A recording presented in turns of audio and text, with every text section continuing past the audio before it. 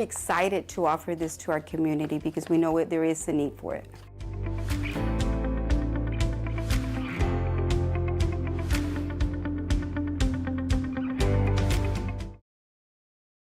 It's that time of year again, budget season. That means the city of Corpus Christi is getting ready to plan how we'll spend money to keep our community safe, clean, and growing. Just like you might plan on how to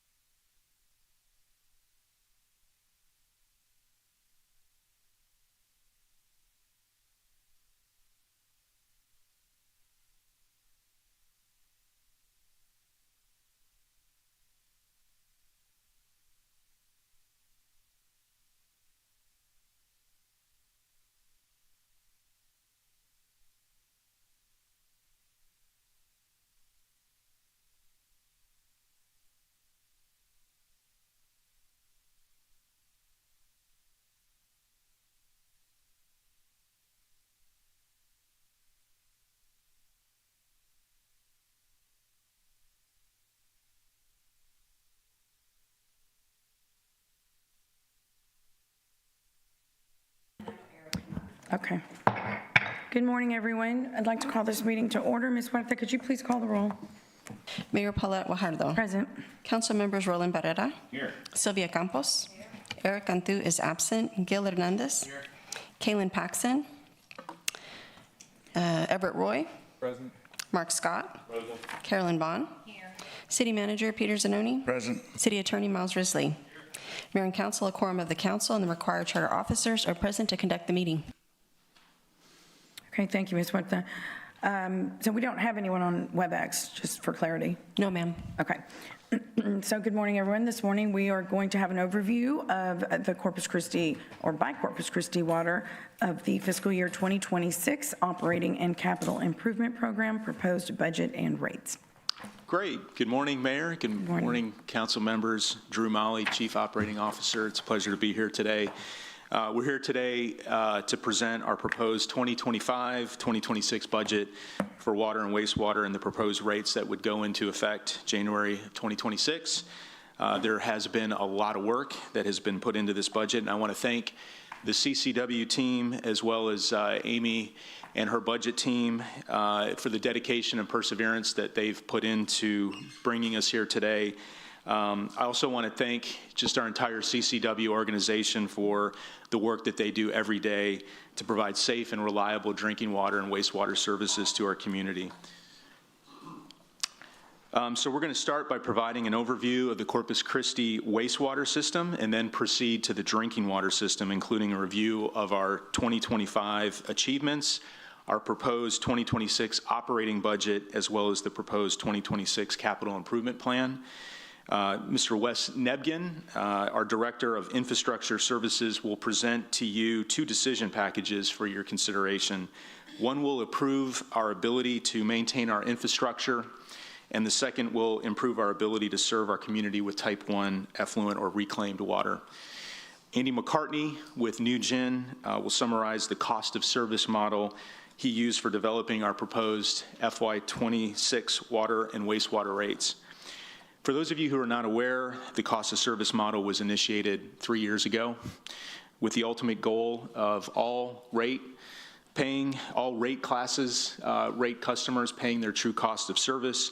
We've achieved this objective, and you will see the results of this cost of service analysis in the upcoming slides. It's important to point out that CCW operates as an enterprise fund. An enterprise fund is a dedicated fund to support the operations of the water and wastewater utility. We are not supported by taxes. We are financially independent and self-sustaining and are not part of the general fund. We operate this fund just like a not-for-profit business would, with the purpose of being good stewards of our ratepayers' investments. And while we are not here to make a profit, we are here to ensure that the ratepayer is being served efficiently. Our ratepayers are the community that we serve, and we strive to meet their needs every day. So let me start with the proposed 2026 budget for the wastewater fund. Before we get into the numbers, we want to highlight a few achievements. I won't read the entire bulleted list here, but just select a few key projects, which includes our two largest wastewater treatment plants and our largest lift station. So just this past May, we issued a $102 million construction award to rehabilitate infrastructure and improve treatment processes at the Greenwood Wastewater Treatment Plant. The Oso Wastewater Treatment Plant, which is our largest wastewater treatment plant, saw a $111 million investment last year to modernize the ammonia removal system, which will lower the operational cost and increase plant capacity to 18 million gallons a day. This is a 4-year project.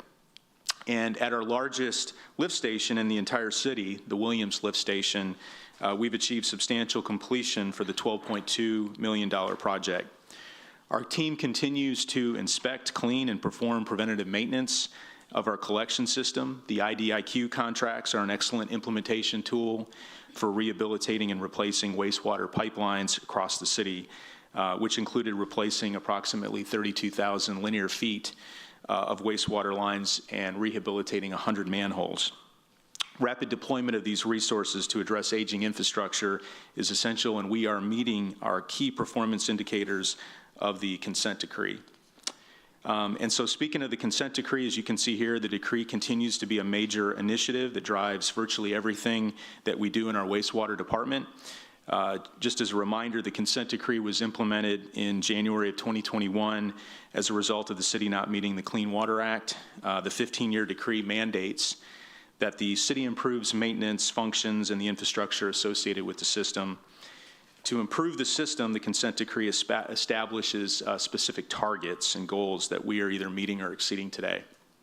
As part of the CD, we're required to initiate pre-design and design for parts of our wastewater system that have had hydraulic constraints, and constraints are typically another way to say parts of the system that are not large enough to move flow through them. So we are going to continue to implement these types of projects especially through our IDIQ contracts, as mentioned earlier. Here's a list of consent decree milestones, and as we can see, we've completed 10 out of the 17 milestones, and the remaining milestones are either on schedule or ahead of schedule. As part of the CD, as part of the consent decree, we are self-performing much of our own work. This is a little different than other cities where a greater portion of work in cities that have CDs are typically subcontracted out. It's not to say we're not subcontracting out some of the work that we do in our CD consent decree program, but we do self-perform quite a bit of work. And we find that when you self-perform that work, you tend to get some improvements in costs because our forces are pretty efficient at what they do. In 2020, when we signed the CD, or the consent decree, our analysis showed that the rate of an average residential ratepayer in year 10 would be generally $80 to $90. And it may not be real obvious on the screen, but I'm talking about the chart on the left. That was the analysis that was done. So in about 10 years, $80 to $90. Our latest evaluation on the right projects valuation of the projected rate in year 10. It indicates $94 in year 10. And the reason for the change in that is primarily driven by the much higher inflationary figures that occurred between 2020 and 2025. Those inflationary figures were about 24.8%, as opposed to what was originally predicted at inflation of about 15%.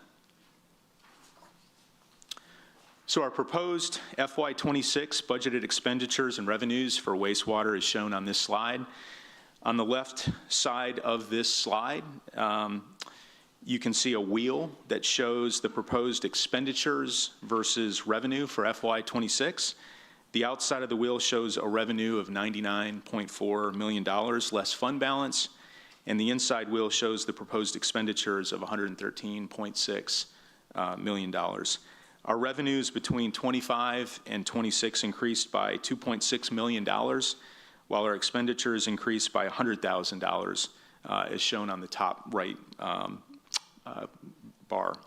We will discuss a breakdown of these expenditures on the next slide. However, we are requesting an increase in our position account to help us maintain the new wastewater infrastructure we've installed as part of our CIP program. This slide here shows a comparison of our FY25 to 26 budgeted expenditures by major categories, including personnel, operating costs, capital, debt, and allocations and transfers. You can see from this table that our personnel has increased as a result of additional positions to maintain CIP projects, as well as merit and cost of living cost adjustments. For operating costs, as a result of continued optimization and modernization of our wastewater treatment plants, we have seen lower usage of chemicals and therefore an overall decrease in chemical costs. The capital costs have decreased from 2025 to 26 as a result of the one-time transfer to development trust funds that are not occurring in 26. Our debt expense is projected to increase in 26. This is due to the continued investment in our wastewater system. The biggest takeaway here is that our overall increase in expenditures of 0.1% is lower than the Water and Sewer Consumer Price Index of 4.86% from 2024 to 2025. And with that said, the next three slides, I'm going to turn this over to Mr. Wes Nebgen, our Director of Water Infrastructure. All right, thank you, Drew. Good morning, Mayor, Council. Wesley Nebgen, Director of Water Systems Infrastructure. I would like to introduce two separate initiatives that represent the Wastewater Department's commitment to protecting the more than $500 million worth of investment in the wastewater infrastructure that we've made over the last 10 years and going into the future. As Drew alluded to, we have two projects right now that do exceed $100 million. That is part of our enhancements, recapitalization of our plants. We want to ensure in the future that the longevity of these plants continue to be a top priority, and that, we learn the lessons from the consent decree of the past where we did not fully fund and we deferred the maintenance on these facilities. So the first initiative is the addition of 9 maintenance positions and the heavy equipment to assist with those positions. It'll be an $800,000 annual investment with a $1.5 million one-time investment. This initiative is going to provide for additional maintenance for items like odor control systems, additional lift stations, filter buildings, sorry, I went one slide too fast, that have been added to the plants over the last 10 years. The plants themselves have not added additional employees in at least the last 15 years. We couldn't go back further than that, but in at least the last 15 years, there have been no additional staff added to these plants. Even though we continue to upgrade the plants, we can continue to add improvements that allow us to meet changes in permit regulations and even service levels that we provide to our customers.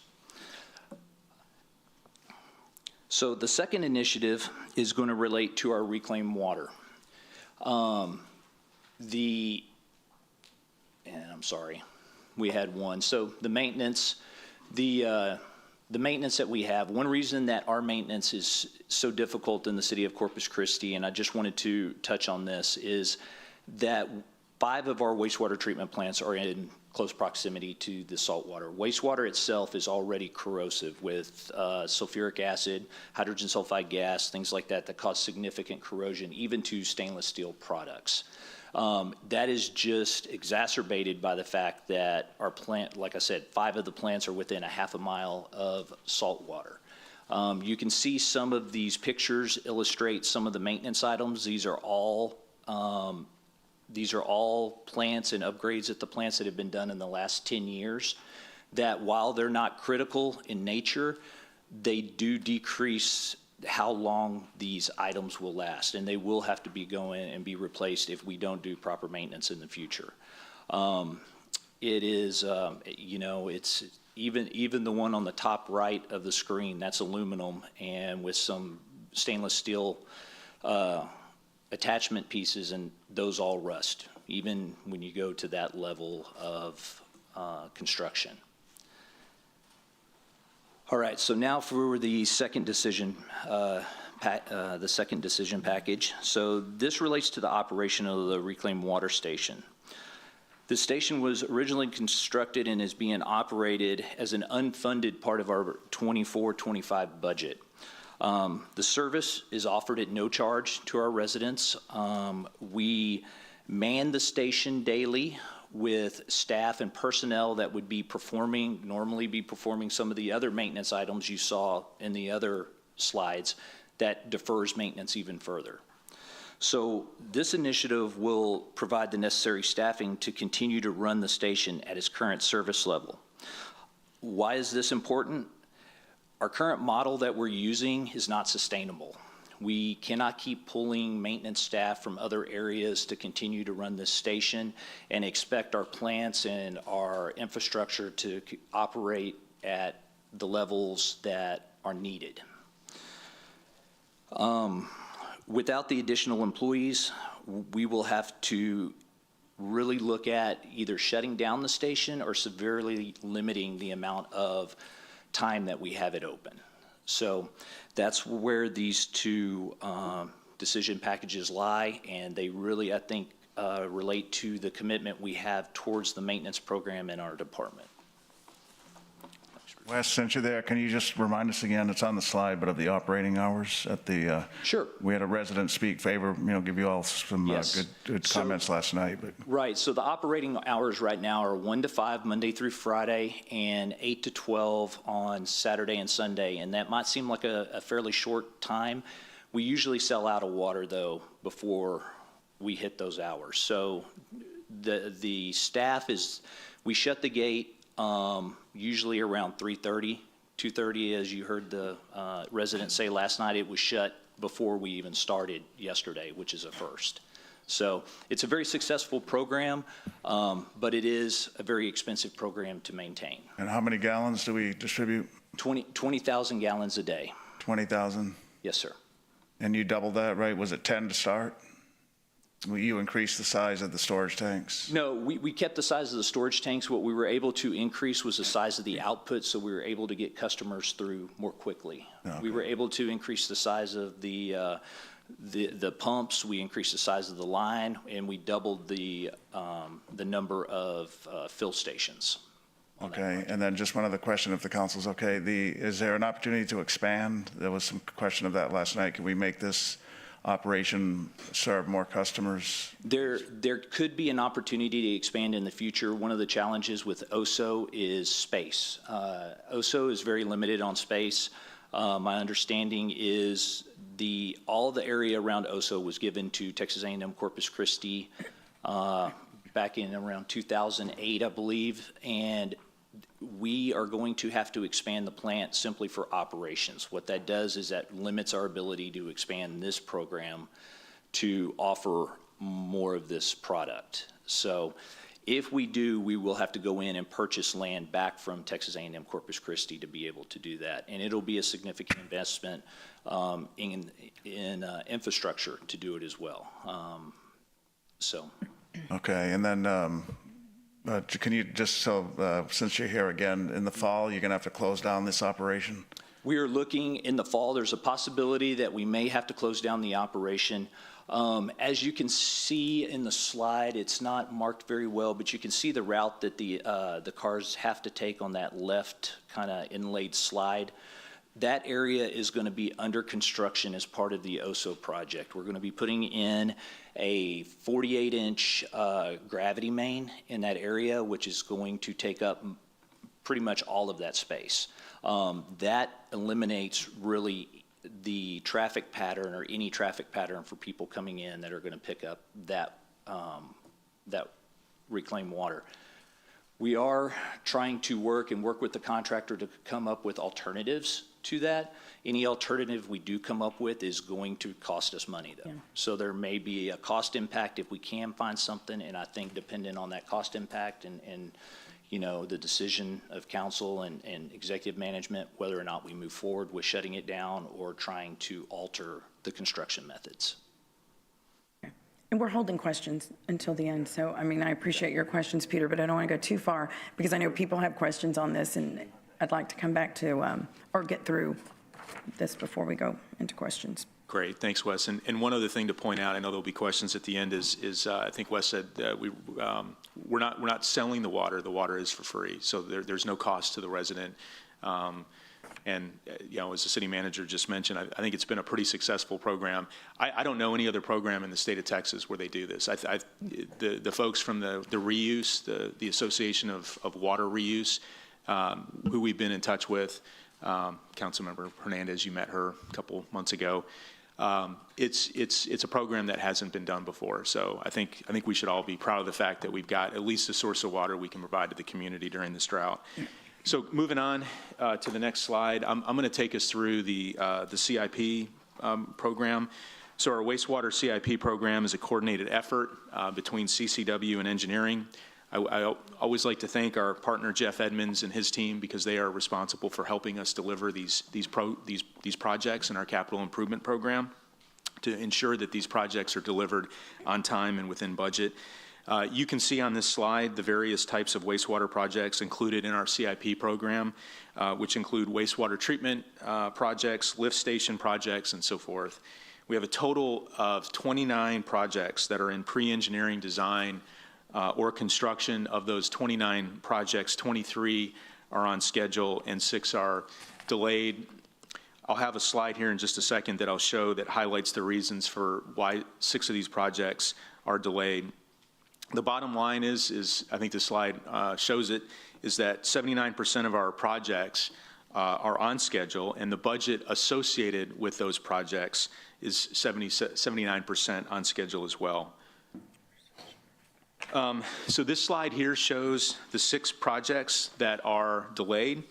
2 of the 6 projects, the Broadway Wastewater Treatment Plant Third Clarifier and the OSO Operations Center, were intentionally postponed to cover the increased costs associated with the Greenwood Wastewater Treatment Plant upgrade that was awarded in May of this year. If you recall, the engineer's estimate was $70 million. That was what was budgeted in the CIP.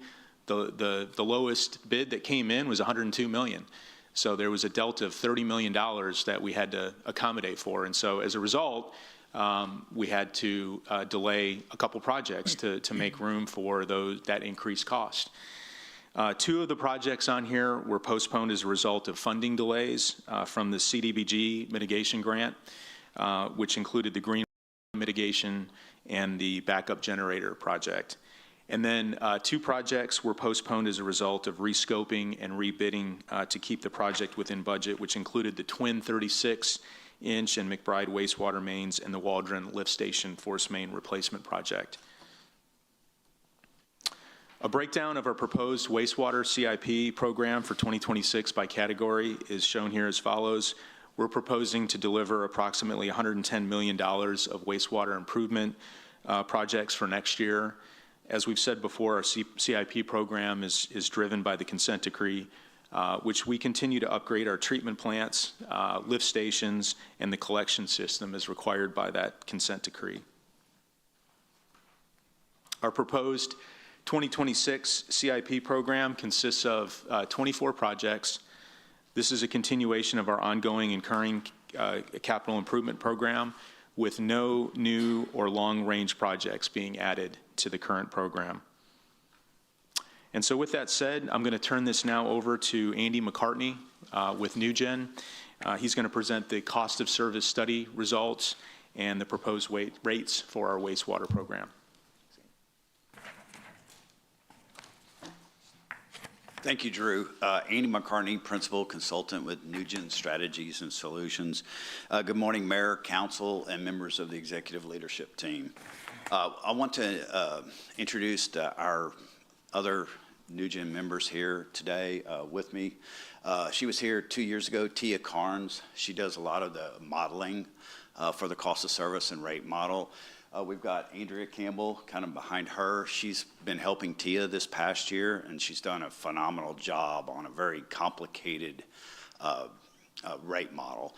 And then finally, Richard Campbell, who's our Managing Director of Water and Wastewater. He was here last year with me, so I wanted to give them, reintroduction. And Richard was here with me when we did the one-on-one meetings, I believe back in June. So again, our approach, much like the last 2 years, are to ensure compliance with, the principles of rate setting for wastewater. It's the Manual of Practice number 27.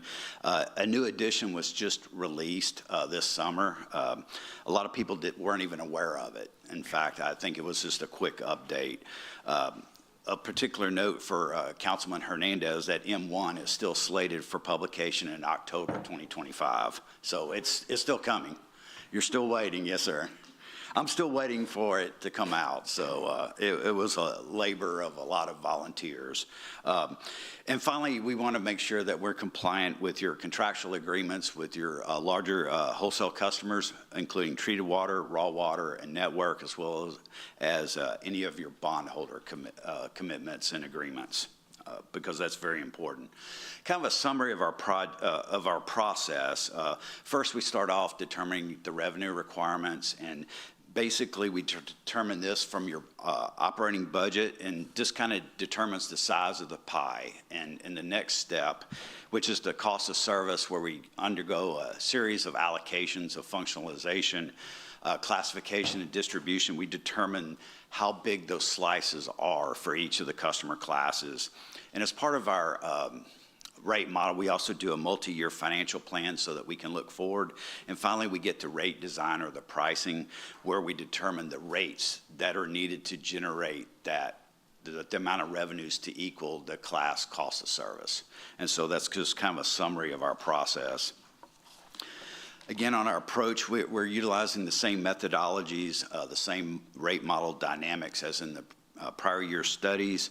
I mentioned how we go through the cost of service allocation process. We do that with the net retail revenue requirements, meaning we take out all the wholesale, we take out the raw water, and we take out any miscellaneous income fees to determine what that net retail revenue requirement is. The proposed retail rates for 26 that we're going to present today, we've kind of had a phased-in plan over the years, and it continues that plan and we also are trying to move each customer class as close as we can to their respective cost of service. So for wastewater rates, the rate structure, that rate structure is very common in the industry in that we have a monthly minimum charge. And for Corpus Christi Water, it includes the first 2,000 gallons of water usage. And that's how we determine wastewater usage, is through the water usage. Including that in a wastewater charge, even though you're going through a period of heavy water conservation, is still okay. There's also a volumetric charge that's based on dollars per 1,000 gallons.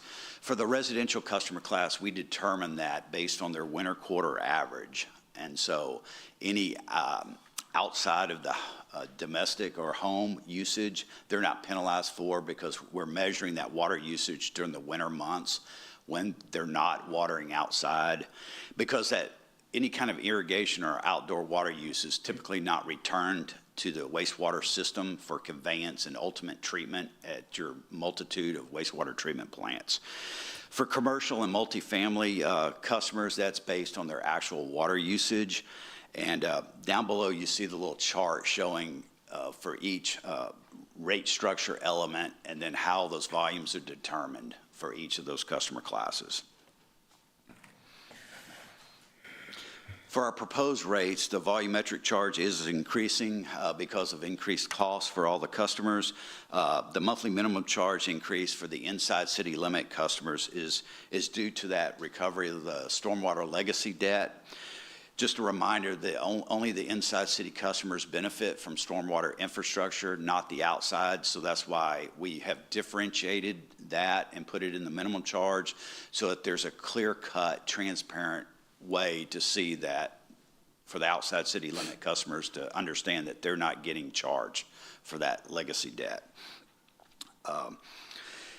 Finally, the proposed revenue from our recommended rates meets the business needs, the cash operating required reserves, and the debt service coverage requirements for fiscal year 2026 for the wastewater fund. Kind of wanted to show some history on that funding of the stormwater legacy debt through the years. So in fiscal year 2021 and in the preceding years, the water rates funded all of that debt. In 2022, the water fund balance absorbed 100% of that stormwater legacy debt. The same in 23. In 24, because the water fund balance was getting lower and there was adequate amounts of fund balance in the wastewater, there was a shift there. So it still wasn't being recovered through the rates. In fiscal year 25, 50% of the wastewater rates did absorb that, 0% for the water, but the amount that should have probably been recovered through water was recovered through the wastewater fund balance, because there's still adequate fund balance to absorb that. For this year, what we're recommending is $2 million, which is half of that stormwater legacy debt is $5.882 million. So we're phasing that in on the water side because there are other cost increases on the water side. So we wanted to be mindful for those customers that use low volumes that might have struggled to pay their bills. So we wanted to phase that in. So we've only got $2 million. It's 17%, with 50% being in the wastewater rates, and then that remaining 33% that would have been charged to water customers being absorbed by wastewater fund balance.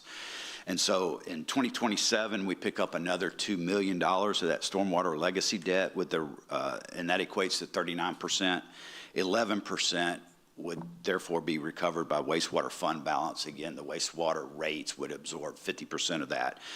And in fiscal year 2028 and beyond, 50% would be recovered through the water rates, 50% through the wastewater rates. So our phase-in plan would final out in 2028.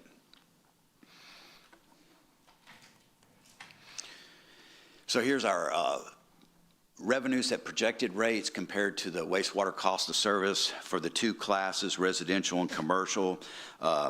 You can see that there's a little bit of subsidy going on the residential class, as well as the commercial is basically over-recovering its cost of service. It nets out to zero, and we'll see why on the rate structure, because those volumetric rates are the same for residential and commercial. So that cost of service also includes the amounts needed to meet debt service coverage for the wastewater fund, and that equates to about $2.34 million. Here's a graphic of that, just showing graphically for the wastewater fund, we're really close. On the residential, we're almost recovering the cost of service, and we're a little bit over recovery. If you remember in past years, the commercial class was way over recovering. So here's a look at the rates. So the minimum charge for the residential inside city customer, right now they're paying $35.11.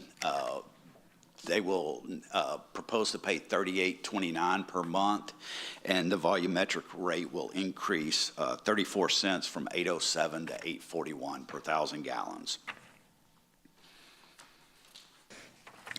The outside here, you can see the impact of the stormwater legacy debt.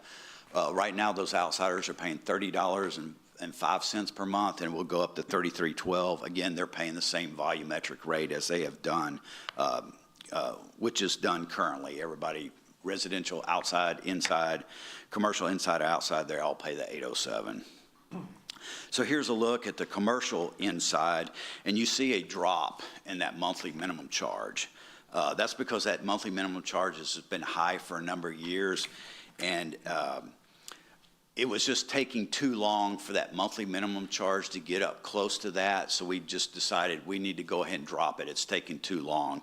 So that's why we dropped it down more closer to its cost of service. So they will see a decrease from $46.10 per month to $38.29.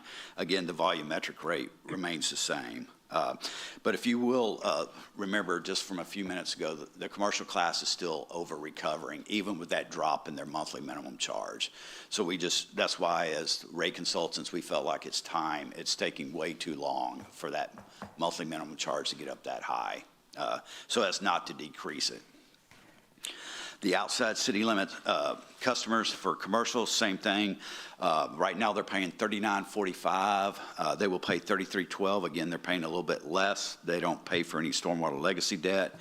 And again, that volumetric rate is going up 34 cents for them. So did we want to do questions now on wastewater, or just Actually, going on? Yeah, actually, I'm going to go ahead and pause, and we'll do questions on everything we've heard so far, and then Okay. we'll continue on with water fund. Yeah.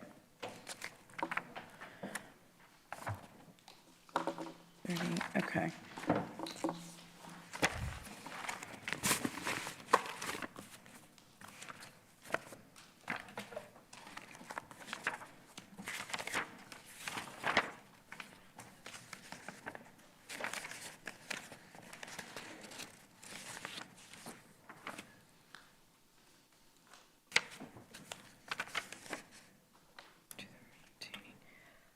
I know I had a question about the positions. So when is the last time that, the department has brought on more positions, more staffing?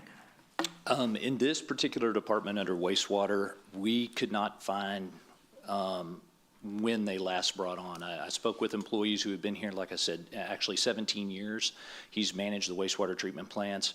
They haven't brought on an employee in those 17 years into the wastewater treatment plant itself. We have brought on a few more electricians, but that is not what these particular employees are going towards. We brought on some people for the collections department, but again, that's a separate operation from the wastewater treatment plants. Wow. So, and in fact, he's actually lost employees to some reorg situations where Right. employees have been taken out of his department. Okay. To maintain all, well, that's not good. I can understand asking for the 9. Let me see. So equipment, that your page 12 is where I am. You've got some specific pictures here. Are we not doing, and I know, like you mentioned, these are all literally sitting on the water. You have that graph or the photo of where they're located. So is there no, and you can see the corrosion, really. So how does that affect, I mean, this is 10 years, right? This equipment is only 10 years. Yes, so that's, you know, when we look at, there's 2 types of maintenance we do in the plants. One's preventative, one's corrective. Preventative maintenance, even if done properly over time, you're still going to have things fail. What it does is it actually increases the lifespan of those products. So at this point, we triage what, as far as with our staff, what can be done and what can be done, what should be done, and what can be, of course, deferred, which is kind of the old adage that the wastewater department's kind of operated under for many years. We don't want to do that, and we know council has really pressed us to do a better job at our maintenance, which is one reason we felt it necessary to at least bring this before you for the decision. Currently at the plants, I'll let you know, we do 183 preventative work orders a month. That's a month, and some of those work orders actually have multiple assets on them, so it far exceeds that 183. Right now, as far as corrective maintenance, which is items that have failed, for instance, yesterday we had a flow meter that failed at the Broadway treatment plant. We're going to have to be replacing that. That's a corrective maintenance item, which this team would also be helping with. We currently have 155 work orders a month that we do on corrective maintenance. There is just an extreme amount of work that these teams are responsible for. Right. Okay, thank you. And then on page 13, so on the reclaimed water, you're saying, how did you say this program's being staffed? The program is being staffed by various employees that we have available at the time. We pull from different levels depending on the nature of failures. They're all maintenance technicians that run the plant. Depending on what their workload is and what they have and again, the criticality of what they're doing. Right. That's how we decide who to pull. So it's, but it's getting to the point where we are pushing back a lot of maintenance items. For one, wastewater repairs, we do pull from that team. We have 155 wastewater repairs that we need to do as part of the consent decree. So when you pull a team from that, you are essentially pushing those repairs further down the line and making it more difficult for us to meet the consent decree requirements. The other ones are staff maintenance inside OSO that help us with this. We pull them off at noon, so any maintenance items or preventative, corrective or preventative, they might not be doing. A good example is we do an afternoon walkthrough before we leave the plant every day. If the team is working to give away reclaimed water, that walkthrough might not be done.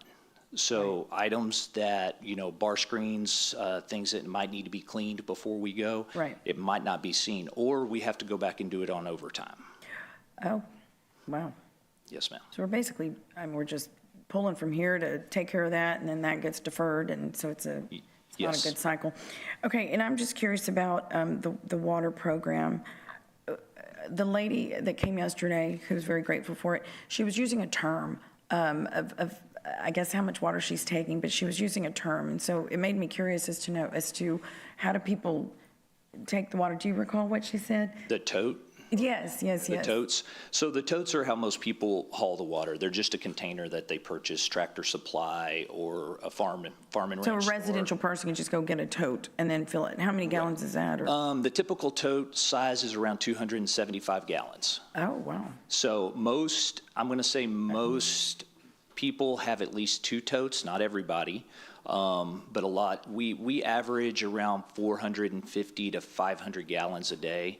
So that's most people get that. And in talking to some of our customers who are using this, really anything less than the probably around 450 to 600 gallons doesn't do a whole lot on a yard. So that's why they go to the 2 totes to be able to water. And so are our reclaimed customers, is it what would you say the split is, residential and commercial? Because you've got anybody can come get water, right? That's correct. And commercial is a very, that term I think we need to define better. When we say commercial, commercial customers still pick up to water residential homes, if that makes sense. The commercial users are going and watering landscape on residential customers' homes. Okay. We also have people who go and pick up that individuals are calling commercial because they pick up for their neighbor. They pick up for someone down the street. On these permits, we have a lot of people who do not have the ability or the equipment to water their own yard. Mm-hmm. So they list a separate driver as the person who's picking it up for them. So that person might have 2 or 3 totes on their vehicle or their trailer, and they're using it at 2 or 3 different properties, but they're all residential properties. I don't know. Okay, so they clear. are. They're Yes. mainly all residential. They're mainly all in the residential. program. Yes.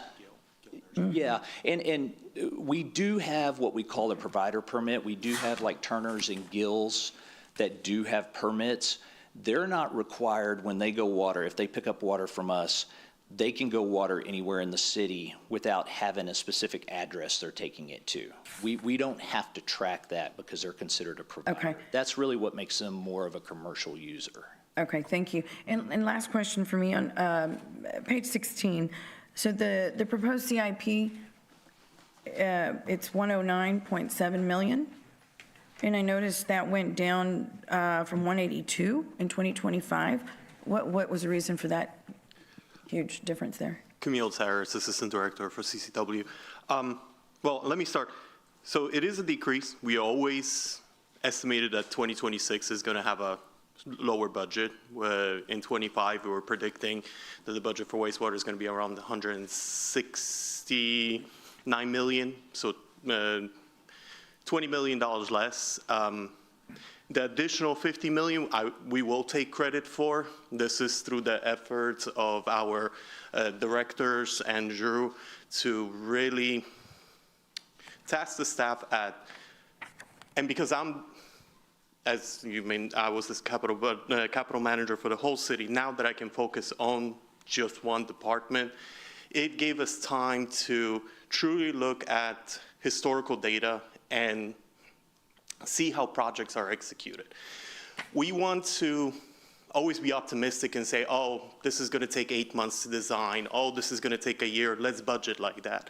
Well, we went back and actually looked at the facts. And what we noticed is that, no, actually, with the procurement process, with what everything takes, our average design time for most of our infrastructure projects is a minimum of 12 months. So there's no reason to budget any construction if the design is not done in that fiscal year. And then for looking at construction, all of our construction projects take at least 18 months to 24 months. And some of the larger projects take 4 years. So again, we took the efforts, we took the data and said, let's look at strategically at the budget, at the projects, and let's spread out the budget based on factual information from projects that we have done previously. So that spread out a little bit. Then we have not canceled any project. We're not saying that any of these projects all of them are essential and need to be done, so there's no less projects. It's just the timeline of where the budgets are got extended. Good. Okay. So that's the $50 million difference. Okay, great. Thank you, Camille. Yes, ma'am. Councilwoman Vaughn. That's a big difference for a timeline. On the reclaimed water, how long are y'all planning on doing that? How long? Right now, with this program, it would be indefinitely if we decided to take this decision package. Okay, so we're not charging for the water right now? No, ma'am. And I know from the other day, parks and the different ones that had all the fees, it was all about cost of service. So what's the plan? Are we just going to keep, y'all want to add 7 more people? Yes, ma'am. It would be part of our normal wastewater rate. It wouldn't be charged through a fee. So we're going to keep giving that water free? At this point, yes, we can begin to charge. Councilwoman, I think the plan was to incentivize the use of the program. So it has been in place for about 2 years. We started this probably 2 years ago, and initially we couldn't get anybody to take the water. Yeah. And we had just as bad a drought. We did more advertising. Wes and his team improved the flow through and how you actually get the water to make it more customer friendly. And so the freeness of it is to incentivize and make sure people are using it so that the investment is worth it. So probably over time, maybe 1 more year or so, we probably would start look at a fee for service. That may have a reduction in use, but for right now, it's to make sure the program becomes kind of institutionalized and people are familiar with it, and it would have a customer draw. So the free part of it is to do that, and we're not sure how long we should do that. It's still pretty new, and there's still, as we mentioned, could be some disruption this fall with that construction project, but eventually we probably would have a nominal fee to recover some of the costs. And I get that because we need it because of the drought. Right. And I get that, but I just don't know how long you can go if we get out of the drought. Then I guess you have to review it. Okay, and on page 28, so if I was a customer and I looked at this and I saw that the outside city limits were paying less than the inside, the question would be, why is that? Commercial as well. So can you tell me that so I can answer that? Yes, ma'am. That differential is due to that stormwater legacy debt because the stormwater infrastructure does not extend beyond the city limits. Okay.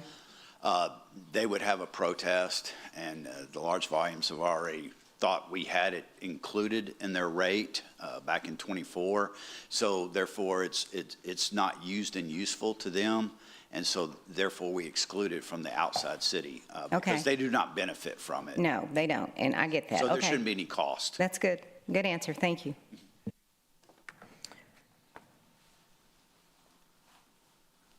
Councilman Hernandez. Okay, thank you. All right, looking at your line item budget, you have $1.15 million set aside for overtime, which equates to 9% of the $12.9 million that you have with regards to personnel expense. Why do you have your overtime so high? Is this, sorry, is this on the? It's the line item. Yeah. Thank you. Yeah, the overtime. You know, I ask this question every year. No. Well, simple answer is we're a 24/7 operation. And we, our overtime with vacancy rates, vacations, we have to cover. Someone takes a vacation for an operator at a wastewater treatment plant, we have to cover that vacation. If somebody calls in sick, we have to cover it. We do not have the luxury of just not having someone come in. Though everyone at the plant and operations has a specific duty. They have something that they deliver, a deliverable every day. Able to meet the level of service that our residents, our customers expect, and the EPA and the TCEQ, we have to ensure that we have those people. Okay, so since 2021, in 2021, you guys had an FTEs of 218 people. Yes, sir. 2022, 232 people. 2023, we increased it to 260 FTEs, and then you're asking for 277 now, right? Yeah. So that's an increase of 27%, Yes, sir. right, of personnel. But yet you still have very high overtime, and you're having to do this. So it's kind of explain how that works. Sure. So one thing that we've done with the overtime, with the additional staff that you're speaking of, a lot of that was in the construction, in the infrastructure, underground, the pipes, things like that. We have actually, to date, I'll use an example this year, we are doing all the repairs for the consent decree from the televising that we've done in-house. We're not having to go out to get a contractor. This year, we've done around 255 of those repairs. That we have about another 180 that are, I mentioned earlier, that are on the board. That staff is being utilized to do that work and respond to emergencies and go and do other things. Now, with those duties, even though we're expending that money, we can still do the work at about 40% of the cost of a contractor. To date, we have saved around $29 million for the city, for the ratepayer, by doing this work in-house. So if those employees are providing value to our customers, and a significant value. I believe Camille said it's about 70 cents on the rate when we checked it, with the savings that we've seen up to this point. Okay, so how many open FTEs do you have right now? Wastewater is at 10 to 11%. So you're asking for more people, and you're 10%. 10% is a normal. That's actually a very normal rate with our technician level. That's almost an industry standard. That's what you see technically from people that you lose through retirement, through finding other jobs, and That's 27 people, or Yes. 26 people in this case, right? continuous. So, I mean, Yes, that's correct. you think that's going to improve by adding more people or No, more FTEs? vacancy rate won't improve. It'll still be 10%. So does that go to your overtime? That's Because part of of your it, vacancy yes. rate? Vacancy rate's considered when you look at overtime as well. But you actually have more of an impact when you're talking about vacation and leave, people being out. Okay, so you see the Coverage. perspective that we have is that you have a 10% vacancy rate. You're asking for more people because you're having this extra overtime. Well, though you have this kind of vacancy rate. No, I'm not asking because we have this overtime. I'm asking because the work that we have, I can't even I don't have the staff even with overtime to get this work done. The work that's being, that Well, you if saw you in the don't have- pictures. If you have the 10% vacancy rate, you're going to Right. be in the hole. It's in, yeah, Councilman, how many different position types do you have? There's numerous position types, so the vacancy rate may not be in maintenance, it may be in. Yeah, you're right. Right, I mean, Thank there's you. numerous position types, and the vacancy rate is through the whole year. So he could be interviewing somebody, we need a position to post to interview, so it's vacant. Right. Tomorrow it could be filled, but still he needs these people to do the maintenance. So explain that, Wes, is Yes, that you don't yeah. have all the same So position all these type. 17 people are for maintenance? Yes, that is correct. That- Only this for is- wastewater treatment plant, no, not all for maintenance, no. 9 people are going to be for maintenance at the wastewater treatment plants. The other 7 are going to be for the distribution of the reclaimed water, so we're not having to pull other staff from other activities that they are supposed to be doing. So this goes back to Councilwoman Vaughn's thing about, we're giving this water for free, and you're adding 7 people to address the program. Right. So there, I get what we're trying to do, but if it's only going to be at OSO, how does that help somebody up that lives in your neighborhood, right, in Cal Allen? You mean as far as the distribution of the reclaimed water? Yeah. I mean, I provided, let me step in. So if we wanted to make it a net zero operation, right, I provided, so per 1,000 gallons to cover the cost of those 7 FTEs, we would, if the council wishes, we can propose a fee of $75.61 per 1,000. $75.61 per 1,000 gallons, it will generate sufficient revenue to cover those 7 FTEs, and basically that operation is net zero. So we could do that. We didn't want to do it, as the city manager said. We wanted to emphasize and run a little thing, but if the will of the council is to do a fee like that, we could and make it a net zero operation. Well, maybe you do it gradually, right? Well, or gradually. Again, we just need direction. I mean, if you want it over 3 years, like we're proposing with the stormwater legacy debt, we can divide that 75 by 3 and start with, let's say, $25 per 1,000. Next year, 50. The following year, 75 to get to the cost of service for that. That's give us the direction. We can put something together. No, we can do that ourselves, Camille, but we're recommending right now no rate for year 1, so we can get this thing established, maybe by year 2.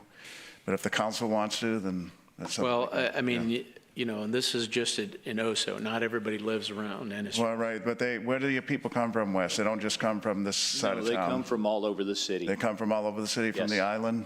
Yes. Do they come from Cal Island? Yeah, Susan Upshaw, who came yesterday, I think she said she has Okay. to drive 30 minutes to So they come from around the city then? I know they come, I've had people ask me, you know, that live in District 5. I'm not complaining, you know, I'm just saying Sure. this is successful enough, maybe we should expand it to other locations. We can definitely look at that, and there are limitations at other. But, you know, there's a cost to all this. Right, that as well. So, and I'm concerned that you have a 10% vacancy, and you're asking for more people, and then you've had a 27% increase in the amount of people you've had in the last 5 years. And I'm not saying it's not needed. We Right. need to do the maintenance. I've been a big proponent of preventative maintenance. No, the Okay, 10%, that is pretty much a benchmark. You're always going to carry a vacancy. Well, it's right? a significant amount of people, 26 people. It is, but a 10% vacancy rate is really not that high. We've actually been as low as 6 to 7, where the city average is closer to 12, 11. You know, So- for standard, you should have less than 5% overtime. 5% overtime? Yeah, you should have less. Not for a 24/7 operation.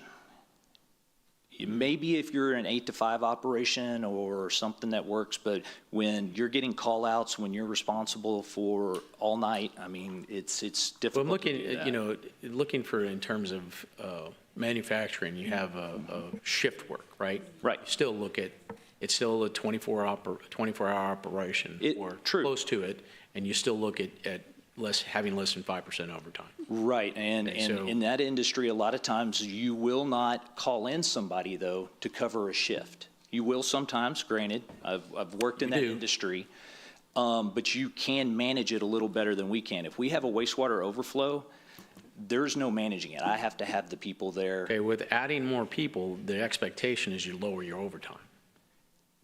Not in this case, because. You know, you're not unique. You know, I understand, you know, everybody has responsibilities, right? You need to work on lowering your overtime. We can work on Right. that. You have, on page 10 of your presentation, and I'm looking at where you have debt, where it says in fiscal year 25, it has 27.2, I'm assuming that's million. Yeah, in millions. And then you have in 2026, it's 31.4. But in the proposed budget book, it says 21.2 million. So this is what you described last year. Unfortunately, I was in Europe at the time and I couldn't answer the question. My financial jujitsu. This is where the debt that was for the legacy was never assigned there, and it should have been to that because we're paying it out of the rate. It was in the transfers out. It should have always been reflected, but that's how it was proposed and adopted. But that $6 million, that 50% always should have been in the debt, and that was corrected in this year's proposed budget. We added that debt because now it's was covered in 25 and is covered 26 to 50%. So that's why you have that delta difference. Okay, but where is it documented in the actual Well, book? Adopted budget is the adopted document, so that's how it was adopted. No, this is the proposed. The proposed has the 31, which includes that 6 million now included in there. When I did the presentation, I wanted to show the true change in debt, because that debt was already accounted for. It was just Okay, that financial jujitsu. I understand that on the adopted budget, but on the amended budget, it doesn't even have that amount. No, because it was always scheduled to come out of water. The adopted budget for water had that transfer in there. So that would have been nice to explain when you went over this particular document, because that, I mean, if this dollar amount includes money from water, you know, this is a 48% increase in debt service from, you know, from the previous year's budget to this year's budget. 10 million, Right. yes, Right. it would have been, yes. Okay, so, I mean, you know, you need to be a little more clear on that, because it, And I especially when you have a doc. I could have put a footnote next to it saying the 25 includes the 6 million. Okay, so I'm going to see that amount in the water budget. You'll see the $58 million in the water budget, yes. Okay. And so will it be less in the presentation from the water, in the water budget? It will go from 57 to 58, even though we added $5 million of debt. All right, when we get to it, you're going to have to explain that as well. Okay. All right, thank you. Councilwoman Campos. Okay, thank you, Mayor. I don't know about all that jiu-jitsu math there, but okay, I'm going to trust that all this will work out. All right, so I guess back to the reclaimed water. It is a successful program, and I think it's, you know, it's doing what it's supposed to do, which it's getting our community, you know, used to using reclaimed water. I guess the question, or, you know, the complaints that I am having, although, you know, I appreciated what Mrs. Upshaw had said yesterday. But I have a customer that is complaining that it is not fair. So instead of, you know, he gave some suggestions. I did send them to Peter. I don't know if it was forwarded on to you, Wes. It was, yeah, I did send it to them, yeah, and they've been working on it. Yeah, so you know, he's just saying that, you know, we should limit the amount of, I guess, either wholesalers or resellers, or however you want to say it, by the totes. Like, Right. I guess you can only be limited to so many totes. So hopefully, you know, you'll be able to look at that and give some solutions to that. The other was about the maintenance or the technicians. And I do appreciate that you know, that it looks like it's being manned really well, which is, you know, great. But if we're doing, you know, if we're robbing Peter to pay Paul, you know, if we're using all these technicians on this project and then letting our maintenance go, that's not a good thing, right? So again, I think it is a great project that, you know, I maybe just like, I think I do agree with our city manager that if we could at least give it one more year and start to sort of get, you know, the people used to, you know, eventually we're going to have to charge, you know, for this. But I congratulate you. I'm glad that it finally did get going. It was, you know, kind of like a rough start because there was nobody that would take it. Isn't that amazing? So now it's like we have too many people. Okay, so back to the stormwater legacy debt. Okay, so I wrote down about the 5.8 million debt. Could you please just revisit that one more time for me so that I can understand it? Yes, ma'am. The total stormwater legacy debt is like 12 million. And 50% of that is 5.882 million. And so we're trying to recover that and phase it in to where we have 50% of it's recovered through wastewater, 50% through the water rates. And so we're getting to that. So the reason why it only applies to inside, is that also what you're wanting explanation of? Yes. It's because that your stormwater infrastructure or utility only serves inside the city limits. It doesn't provide any service outside, so they don't benefit. So none of that infrastructure would be considered used and useful to the outside. So they would have a cause of action, and now it only takes one vote to bring an action before the Public Utility Commission.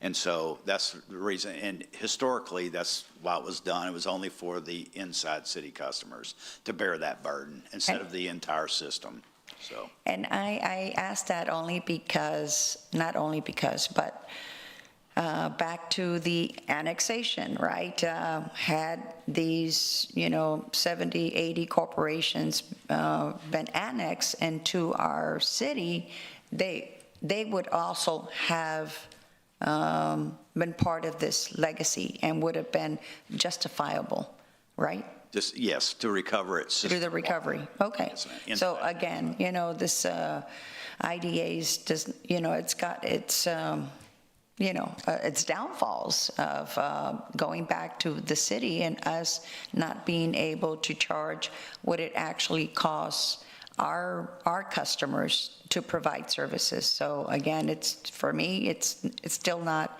equal. That's really all I had, sir, but thank you. Hopefully, again, I guess the main thing, though, is, we decided 3 years ago that we were going to start, or we have started putting the rates, starting to be a little bit more equitable. But again, we're still going to be having that same issue that we have the outside water customer challenging their water rates. And there's nothing that we can do, right? Is there anything that we can do to stop that? No, it only takes one vote now because of recent legislation that was passed at the state. I know the city of Corpus Christi was in contact with me, Ryan Skriparchek as well, and I was in contact with people from the Fort Worth Water Department about it too, because they serve people outside the city as well. So it's one of those things that the hurdle rate just got way lowered. Way lower. I believe it did. And I think, yeah, and as a result of that, because they have the funds to fight those rates, I mean, they have the funds, to fight those water rates. And then if we end up losing, we as a city, it goes back to us, right? It goes back to the water rate payer. Right. So, again, it's just not right and not fair. Right. And my understanding was that it did pass, but it may not have made it out of committee. No, there were several pieces of legislation that would have made it easier, and they all failed. None of them were passed, so. But still, it takes 10%. Right. So wastewater outside customers. Okay, so it's still not fine, then it's still not just the one then? It's still? It was never just the one, it was 10%. 10% of the? Originally, and 10% of outside one vote. So on wastewater, you only have 50 outside city limit customers. So that 10% would be 5 to 6. So 5. Take to sign a petition. Yeah. So. Yeah, but there's a lot going on in the legislation, so I'm busy working on all these rate studies, and I get all these emails. Okay, so for clarification, it's not one right now? It's not one, it's. Right, it's a percentage. It never changed, so it's still at 10%? Correct. Okay. They were proposing it. I remember, yeah, I thought I was misled. They went up there and testified. So. Misinformed or. But generally, they contest the water rate, not the wastewater, since they don't have service. Yeah, well, I'm sorry, yeah, I guess actually I meant to say the water, not the wastewater, since they don't even pay for that, so yeah. Okay, thank you, sir. Councilman Roy. All right, that was entertaining. First of all, New Gen Strategies, I want to thank you guys for your presentation. I also want to thank the fact that I was kind of here before when we had our old vendor, and you guys are doing a good job in terms of just and understanding the process a little bit better. So thank you. Keep up the good work. But I want to talk about two things. I want to go back based on what some of the other council members have talked about, because, essentially when we made this water available, we created a new, I don't want to call it an industry, but we created a new job classification out there where you have now these companies that are collecting the water, and then they're going out as far as, like in our area, Cal Allen, and they're watering people's lawns, and they're charging a fee, and some of them are pretty hefty. And that service is pretty hefty. You want a green, because I look at my grass, and my grass is not looking really good right now. And then I look at a couple of my neighbors, and it's, it looks like a golf course. And so I am concerned about the fact that we aren't passing on, that we're giving it away for free. I am concerned about that. And the fact that really when we classify who uses the water, we should really look at what is the purpose of the end user. Because you have these guys coming out and they're picking up their totes, and then they're taking them out there, and then they're watering, and that's a business for them. So with that, I don't really agree. I think we need to come up with some type of plan to defer that cost, because if you're running right now and you're saying that you have 10% deficiency in terms of staffing and related to overtime or whatever the case is, right? He was saying a 10% vacancy rate. You have a 10% vacancy Yes, rate, right? that's correct. And so you're trying to staff up because you're saying based on your operations 24/7, you need to be able to have these people in place, but you don't want to charge the water. And part of the reason why you need to staff is because of the expansion that we've done in water. So I don't want to run out of time here. So follow me on this. If we had a really good rain, let's say hypothetically, and I don't know the answer to this question, but if all of a sudden we got 16 inches tomorrow, I don't know if that would lessen those groups that are coming out and taking from that water right now, because primarily they're doing that because we're in a drought. So I think the time is now to be able to charge for those. I think if we go through in a year and a half from now, it might even decrease 60, 70% if we have back to surface water. So that is a concern. Therefore, I think we really need to look at charging for those services, even if we ramp it up, where instead of going at $76 or whatever that you recommended, maybe we ramp it up every year, because they're making a profit off of it. The other thing is, I want to talk about annexation, and not necessarily with industry, but if right now in London, for example, we're doing everything, we got a TERS, we're looking at trying to help the infrastructure of London expand. When that happens, and as we go through the process of annexing more residential areas, right, that will also increase our revenue from a standpoint of stormwater. Is that correct? Because then they're not outside of the city limit. Right, we would collect a stormwater fee. We would start collecting the stormwater fee. Yes, sir. Yes, and those residents would pay into the rates, which Right. Pay a portion of the. And so you can take a look. And so here's where I'm headed with this, is that I would like to see something based on the projection of where we think that we're going to be in a few years, based on these areas that are annexing, and as we expand as a city, to try to also incorporate where we think our revenue is going to be with that. Does that make sense? Yes. Okay. So then the other thing I wanted to also talk about is, I forgot. There's one other thing. That's the best part too. Yeah, I was moving quick.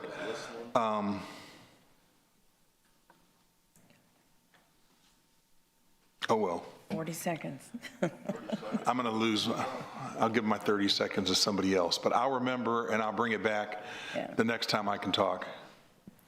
Okay. Thank you. Thank you, Councilman. Councilwoman Paxson. Thank you, Mayor. I think I had my list of questions, but then Councilmember Roy really did bring up a good point with all of these developments and items that are being forecasted to coming online in the next several years. And I know that for myself, the questions I've asked is what kind of impact are we anticipating on our water supply as we see these developments continue to come across the dais? And I've been told it's fairly negligible at this point, especially because of the timeline. It takes so much time from the time we're approving and looking over development plans and things for those to actually be enacting a draw. So maybe and I hate to add any more work to CCW. I know you guys are just taxed, but that is something that I'd also be very interested in. Well, it's not tax, and it's a simple calculation. I mean, if the projection is 50,000 houses, right? An average household uses 6,000 gallons per month.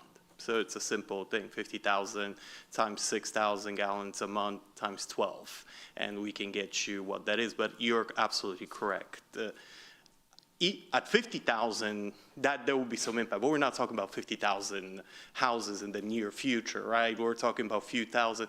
The impact is negligible. I mean, it's not enough volume. We're talking about, our annual volume is over 38 billion gallons a year, right? This is going to be a very, very small percentage because it's residential. Residential, you need a lot of houses to actually bring that number. Just as I said, 50,000 plus would make an impact.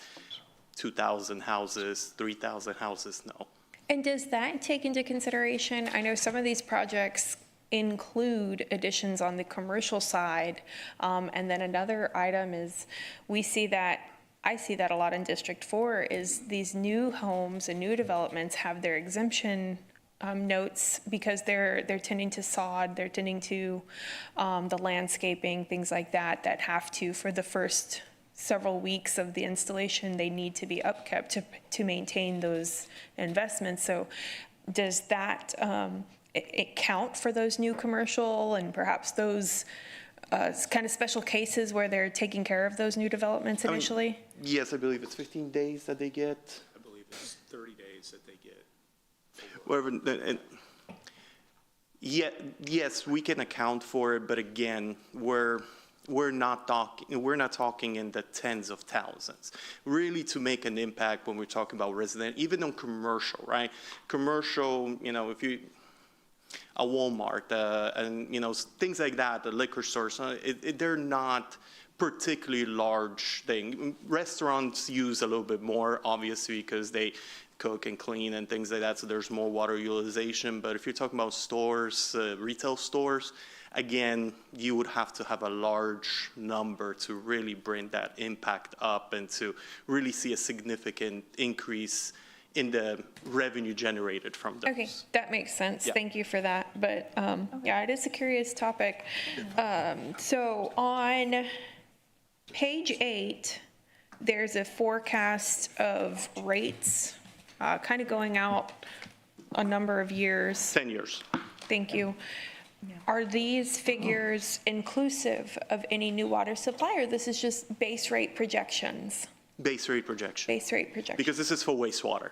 So there is no water supply. That's this right. is this Okay. is for wastewater. So this is with consent decree. So what we're show here is that the consent decree, when we signed it, presented it to council, we made it clear there will be a rate impact, and a quite significant one because of the amount of money we have to spend based on the consent decree. We did the exercise again 5 years later to look, hey, how close were we? Are we still within that benchmark? Are we completely off? And as Drew stated, we were in the upper 80s in 2020. We're in the 94. So with increased inflation during the COVID years and things like that, we actually feel very good that our predictions in 2020 are moving in the right direction. They're not completely skewed. Okay. Then my last couple of comments is on the reuse item. I know that there's been some really good commentary provided. For myself, I've had a couple of community members reach out.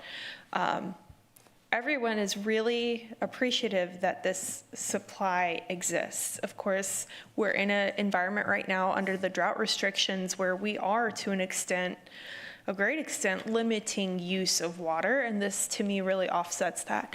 But some things that I'm hearing is the challenges of accessing the water. I know there was one gal in particular who reached out, and she had gone a number of days trying to get water, and she was there hours before opening, and every time she would get to her place in line, it was closed for the day already, that kind of thing. And so Wes, I know you called yesterday. Yesterday was a little bit busy. I didn't get back to you. but I did want to say, she did reach out, she got through, but my question was that distinction, and we heard a little bit of that up here between commercial and residential, and certainly, yes, a lot of landscapers are utilizing this resource for residential, but that's still service. How does that play out at that location? What we would have to do is, number one, the commercial permit holders such as Gills and Turners and those, we would have, when they come in, we have their information. They scan in, we have everything there. That's what we would look at if we were to limit the amount they get. Where it becomes a little more difficult and time intensive, and where this decision package actually, again, would be needed, is if we started limiting the individuals who are picking up water for other people. So while they're still commercial, they're providing a service. You're right. They're as Councilman Roy said, they're providing a service. They're going out and watering some residents' lawn. In particular, I know of a lady who called and was speaking to me about trying to find somebody to do that for her. She didn't have the ability or the equipment, resources to get that done. So these people are charging for their time, but they are going out and providing that to others. Now, they are a commercial business. Again, it is for a residential customer, though. So it would be difficult to try to determine who is doing it for themselves and who is doing it for someone else. Sure. It would be on a, we would have to trust what they're telling us. And I get that, and I don't want to come across incorrectly that I'm trying to say I think that we need to, add another curtailment to our commercial users or anything like that.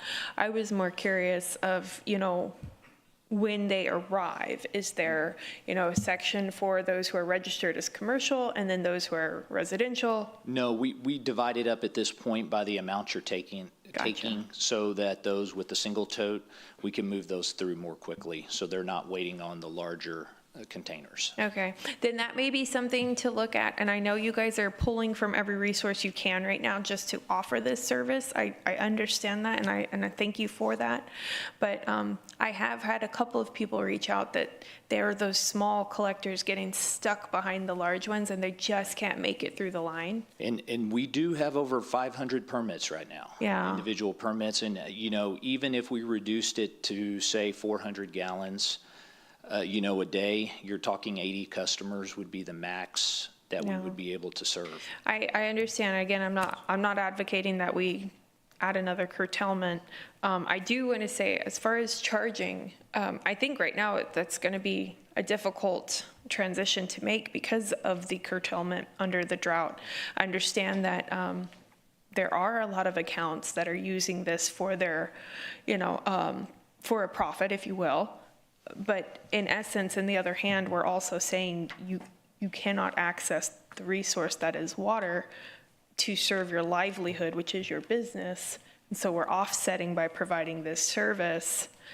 And so it's a higher rate to us, yes, but in my imagination, this particular setup is still a temporary transitional phase while we secure more water, get us out of the drought. If we look at this or a very similar project in a long-term reuse, that's different, but. Okay. Councilman Scott. It's first thought, like Carolyn asked the right, that resonated with me. That's why the wastewater rates are high, because of stormwater, whatever you call it, the dead end money. I don't really need to talk about in ICL and OCL. It's just the right thing to do. People outside the city limits shouldn't have to pay for our our stormwater debt, so I'm good with that. Just want to get that out there. I have been on councils before where they got slipped in, and we were notified by some of our partners that bought water from us going, really? And I thought, wow, shame on us. So I think keeping an ICL works. That's the right thing to do. A little question about the reclaimed water. What a success story, right? How cool is it that we're spending a lot of time and energy because of the demand so high and the usage is so high? I did want to ask about, and you've told me before probably, customer profiles. So we have 80 people a day generally, 80 trucks, vehicles? How's that work? Right now, we average, before we run out, around 40 to 42 customers per day. 42 customers, 30,000. And the average customer takes? 500 gallons. Is it different? Because we actually got excited and bought 2 totes and then realized you can't fill them with water in a pickup. I guess they're about our little pickup. Oh, because of the weight, right? So it's a weight issue. Yes. So there are different totes. People have small totes, big totes, right? Yes, sir. Yes, trucks, you can have a water truck. We don't really see many of those, except for type 2, when they come pick it up for construction. But yeah, you can have different size totes. We've had people bring rain barrels in to fill up. As long as they meet our criteria, it can be used. And so average daily 40 to 42, how much water do we, and you sent this in a memo, we crossed our millionth gallon or something? Yes, sir, we did. We crossed our millionth gallon a couple of weeks ago. Millionth? Use that in a sentence. So as we're talking about how cool this is, we're out saying, hey man, 42 people are using this a day. We're using how much water on average per day? Or how do I articulate the success of this service? We have the 20,000 gallons that's available, and we essentially that water has been utilized by 3 o'clock. Usually the number of people that come in, so that's 2 hours after we open. As it was indicated by Mrs. Upshaw last night, the gate was actually closed. We had everybody inside before we even started selling. That's interesting. That was all. Good for y'all to have that kind of at least advance notice, right? So at least if I'm driving up and the gate's shut, I know not to get in line. Is that the concept? That's correct, sir. I may not be happy about it, but at least I'm not sitting in line for an extended period of time, thinking I'm going to get water and then not. So isn't demand going to go down once it starts? And it will rain. I would tell everybody, dove season's the 1st of September. God loves doves more than he loves humans. It will rain in September. Get ready. I promise you. Opening day, rain. So when the rains do come, I guess demand does go down? We've seen a decrease in demand when we've had rain, but again, it goes up fairly quickly afterwards because the rain, the effects don't last very long. I guess so, and because it's free.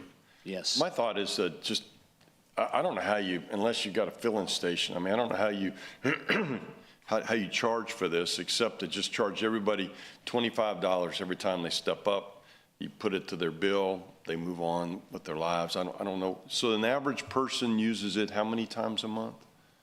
Oh, the average person? Yeah. How many times? I don't have that. I'm just curious what $25 would mean to the people that are using it. Right. It's really a lot of the same customers that are the repeat customers. I can look that data up. I'm just curious how often they actually come. Because if it's like for instance, my goal is to get to September 1, right? If I can get one rain between now and September 1, I'm going to make it. My grass is going to make it because it's, statistically it does rain in September. I guess that's our second highest, maybe our highest month. But if I used it 4 times a month, it's $25 a pop. I would think that would be, that's worth the convenience and that's worth the ability. I can't imagine people arguing at $25, when they show up. Now, I guess the iffy deal is if I have 2 totes and he's got 1 and she's got 4, I just don't want it to be complicated. But I do think the public, I think the people that don't use it would appreciate there being some charge, We do meter every customer. Really? We have to, yes. TCEQ purposes, again, that's one reason we have to have this staff. We have to meter how much we're giving to each customer under each permit. So as I drive off, that you've loaded 225 gallons into my tote. Oh, all right, okay. That is correct. I think there ought to be a way. I think there ought to be a charge. I think it should be nominal. I think you're right. We want to get a couple of years into this. It's not their fault. We ran out of water. But I do think the ratepayer, I think people that use it are willing to pay a little, and I think people that don't use it would kind of appreciate it, it'd be a cost sharing between those who did it. Anyhow, I'm out of time. And I'm really excited because I think Councilmember Roy remembered his questions, so I'm just going to sit back and get ready. It's not that great. Councilwoman Vaughn. Okay, so you said there's around 40 to 42 customers a day. Yes, ma'am. Comparison between the commercial and the citizens. Are we calling commercial the individuals who are picking up and delivering to other residential customers that might not have the equipment? Or are we talking? Well, we really don't bills? know if they're delivering that. We can just take their word they are. No, I'm just talking about regular citizens go in there and they get water, and then businesses go get water. So what's the? It's, you have to, again, trust what they're telling you, who they're picking that water up. Well, Gil wouldn't. Trust but verify. Right. So when they come in and they pick up, you're talking, conservatively, I would say a 70-30 split. So 70% are the residents that are picking it up, 30% are your commercial. Can they come more than once a week? I'm sorry? Can they come more than once a week? Yes, ma'am. So we really could have 40 to 42 customers, let's just say 70% residents coming every day Yes, and getting that water. That's correct. So here's my concern, is kind of what you said, Everett. There's certain areas of the city that are not going to go all the way into town to get that water. They're not going to. I just don't believe Cal Island does it. Very few would do that. And then you have people that are going in there and getting the water, and they're selling the water, going and watering people's lawns. It is not fair for the rest of the city. We know you have to have 7 employees to have to pay for those, 200 people a week, probably some of the same ones. That's not fair. So I don't have a problem. I'm like Mark, I don't think it needs to be a huge amount of money, but I think you have to pay for your costs, just like you guys said, and the other things when we were talking, parks, et cetera. I don't like it, but it's not fair for everyone else to have to pick that up. Yes, ma'am. Thank you. Councilman Roy. Okay, I did remember my question, and I'm going to leave that question for last, because I just want to let you know, if you're saying that you do 7,300,000 gallons per year, and I kind of did the quick math on it, based on the $75.61, that would generate $554,800 in revenue. And so, as per what Mark said and Carolyn said, if we were to just do 50% of that, that'd give you about $275,000 to help you with your staffing. Yes, sir. So even if I really do believe, and I think you can hear the council here say this over and over again, but we may want to look at something like that because that would help you offset your costs. The other thing I wanted to ask is that, is this considered, you know how when golf courses, they use what they call a purple line or a purple water? Is this purple water? It is. It is. It is. So my question is, what's the furthest purple line that we service the city? So in other words, I live out in Cal Island, and we have the, forgot the name, River Hills Country Club. And are they serviced with purple water? No. No, they're not. They're actually serviced by WCID number 3. So, okay. Or Robstown, yeah. So that's part of the reason why you have to meter, because you have an obligation in terms of what the amount that you can use per day, because we have an obligation in terms of making sure that we also provide water to the bays and estuaries, right?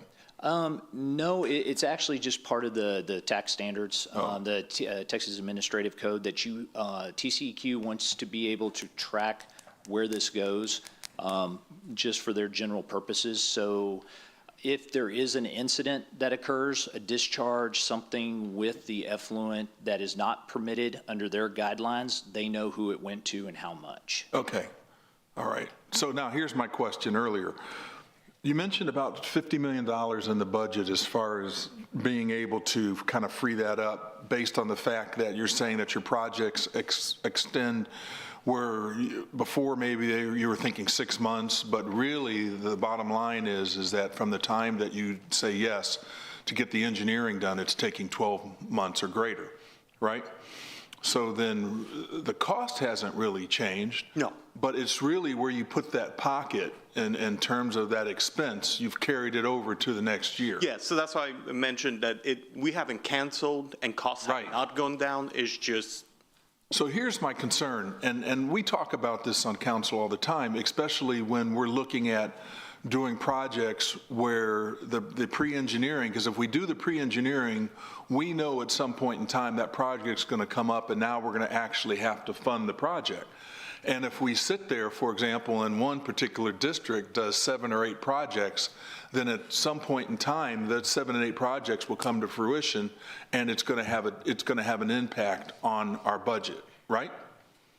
Yes, Right. I mean, yes. So what I was thinking about is that if you're moving this along, based on the number of projects that you have related to water, are we sitting there saying, okay, yes, artificially, it looks like we reduced our budget this year, but then next year when these things all hit?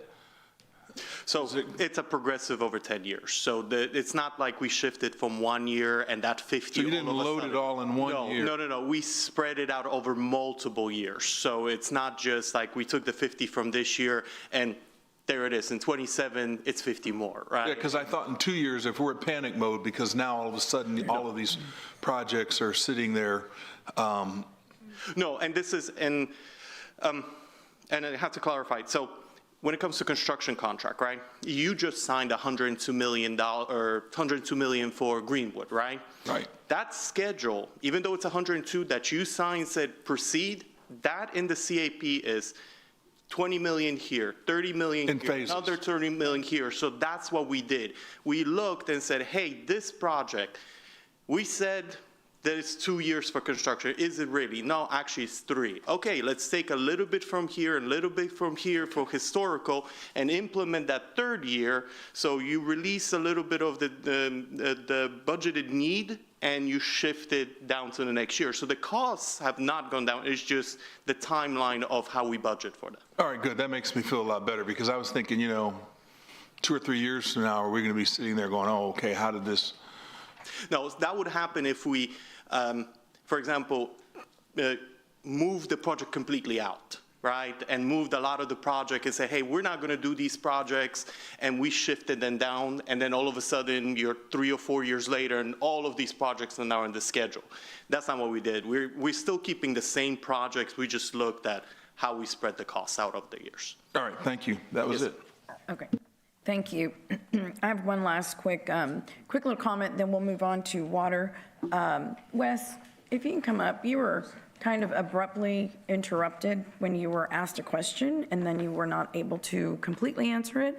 But you did start by saying you're not, or that you are unique, or you're not like other departments. And I think what you were going to say speaks greatly to the ask, which is 9 maintenance, I'm talking about the 9 maintenance positions. So if you can go back, and you were going to explain that the reason, like, someone calls in and it isn't like a department here, right, at City Hall, the reason why it's critical, and you didn't get to finish, and I'm sorry about that, but could you go on with that? Sure. And what I was saying is, the way we operate is, again, our services that we have to provide, whether it's based on our service level agreements with our customers, what they expect based on our rates, or what the TCEQ or the EPA has mandated that we do. When we get a call, we have to go out, whether it's scheduled or unscheduled time. Then on top of that, if a job is taking place, let's say we start a job at 1 o'clock, your quitting time is 3 o'clock, we don't shut the job down at 3 o'clock and go home. We work until the job is finished. And unfortunately, in our industry, those jobs can take quite a while to finish. And then you might have to call in additional people, again, to cover, to take care of some of those. So there,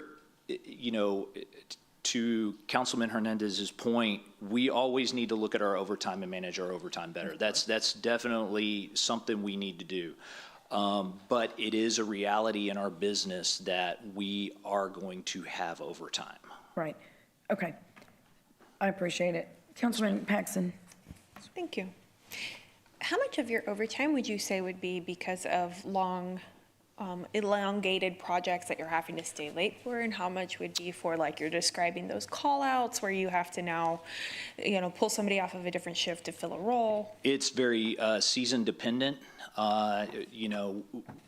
and it varies between water and wastewater. It's kind of a inverse relationship, we'll say. When it rains, when we have a lot of rain, we have a lot of wastewater issues. And those wastewater issues manifest themselves after the rain. We'll have, clogged lines. We'll have broken lines that show up as potholes in streets, things like that. So individuals will have to go out and work those jobs, during that time. Water's the same way. When we start drying out, like right now, we're seeing an increase in the number of main breaks simply because our soils are starting to dry out. We do have on-call crews. We've actually added a second on-call crew to make sure that we can address the number of calls that we're getting because we are in these water restrictions. We don't want to waste any water. So those times vary, again, depending on a lot of factors. So I'd hate to give you an answer right now, that's a set, but. I was just thinking ballpark. I think for me, I see the argument here because you guys are an essential service. You can't just stop just because 5 o'clock hits. It's like any safety program. You've got non-traditional hours because the job has to get done, that kind of thing. But to Councilman Hernandez's point, I would think if we say we want to support CCW, we recognize that your operations have grown, the need has grown. We're interested in increased, preventative maintenance, like some of those images you showed where you could do some rust mitigation and treatment. We're interested in supporting that. Then to add strength to your complement, scheduling to plan for how do we cover those shifts that are realistic needs, that kind of thing. I think that's where the question mark was, because I think in a lot of operations, if you recognize your demand has increased, you increase your complement, and that brings down some overtime. It's never going to eliminate it in essential service. And you're certainly higher than most, but would you agree that there's some validity to that? There is some validity, and that's what I was explaining earlier too, that if we could cut back, I used the example of the collections employees that we hired on the last couple of years. If we were to only have those doing the work that was there, we could cut back that overtime. However, there's significant savings in still having those guys work and work some overtime to take work off of our contracts. So by not contracting with outside agency, we are actually saving money even though we're charging, these guys are getting paid overtime on it. We still have 40 to 60% savings by having them do the work in-house. So it's one of those things from a management perspective. You're still trying to do what's best for your budget, and get all the savings we can squeeze out of this. And sometimes it is by expending overtime, but not having contractors do that work. I agree. I've got a team that no matter which way I slice it, there's just some shifts where it's actually more cost efficient to plan for a little overtime than to try to bring in an entirely separate shift or something like that. Yes, ma'am. But I think that's a viable question, is if we invest in growing the force to reduce some of that unplanned or the long term of that. Yes. Thank you, Beth. Yes. Okay, You ready for water? we're ready for water. Okay. A lot of really good discussion. I don't think any of us had thought we were going to have this much discussion in the effluent program. So we're glad we've got Wes, who has done a great job managing that for us, and glad he's here to help answer some of the good questions that we've had. So with that said, let's go to the drinking water presentation. Okay, so we'll go to the achievements slide. So I would say one of the biggest accomplishments of our water team this year was developing and implementing a new water supply dashboard that really incorporates all the water resources that we have, not just the water that we have from Lake Corpus Christi and Choke Canyon, but the water from the eastern supplies. And so we put all that together, in addition with some projected potential water that we would have from other sources. For example, the groundwater wells that we're putting into the Nueces River. So the water supply dashboard, I think, is a great tool for our community to understand our current and future water supply status. I would also say a couple other things, and I won't go down, I won't read everything on this list, but we did implement all of the needed improvements associated with the results from the 2024 condition assessment on the Mary Roads pipeline that allowed us to increase the capacity of that pipeline. These improvements on the MRP and the associated pumping systems that support the pipeline allowed us to fully leverage the full 70 to 72 million gallons a day. And you know, that's something that obviously has provided us huge benefits, and this is something that well into the future. I mean, there's no plans. We're not going back. We're only staying at the same rate, if not improving that. And one of the challenges that we've had is you know, the pipeline is designed as it is today for up to 79 million gallons a day. We know that 70 to 72 is not 79. And so there's ultimately going to have to be some additional work to try to figure out. There's some head loss that's in the pipeline at certain locations. And so ultimately, when this drought subsides and we have the ability to go do some more inspection of the pipeline, we can hopefully understand where some of those restrictions are and address those. Because really, at the end of the day, the pipeline and the pumping system combined, or working in tandem, is designed to produce 79 million gallons a day. So a couple other things that we think are really important this year that we've achieved is some of the dredging that we've done at the Owen Stevens water treatment plant. Solids accumulate in these large basins. It happens, you know, any water treatment plant's going to have solids that you have to remove. Unfortunately, at Owen Stevens, we don't have a dedicated on-site solids handling system.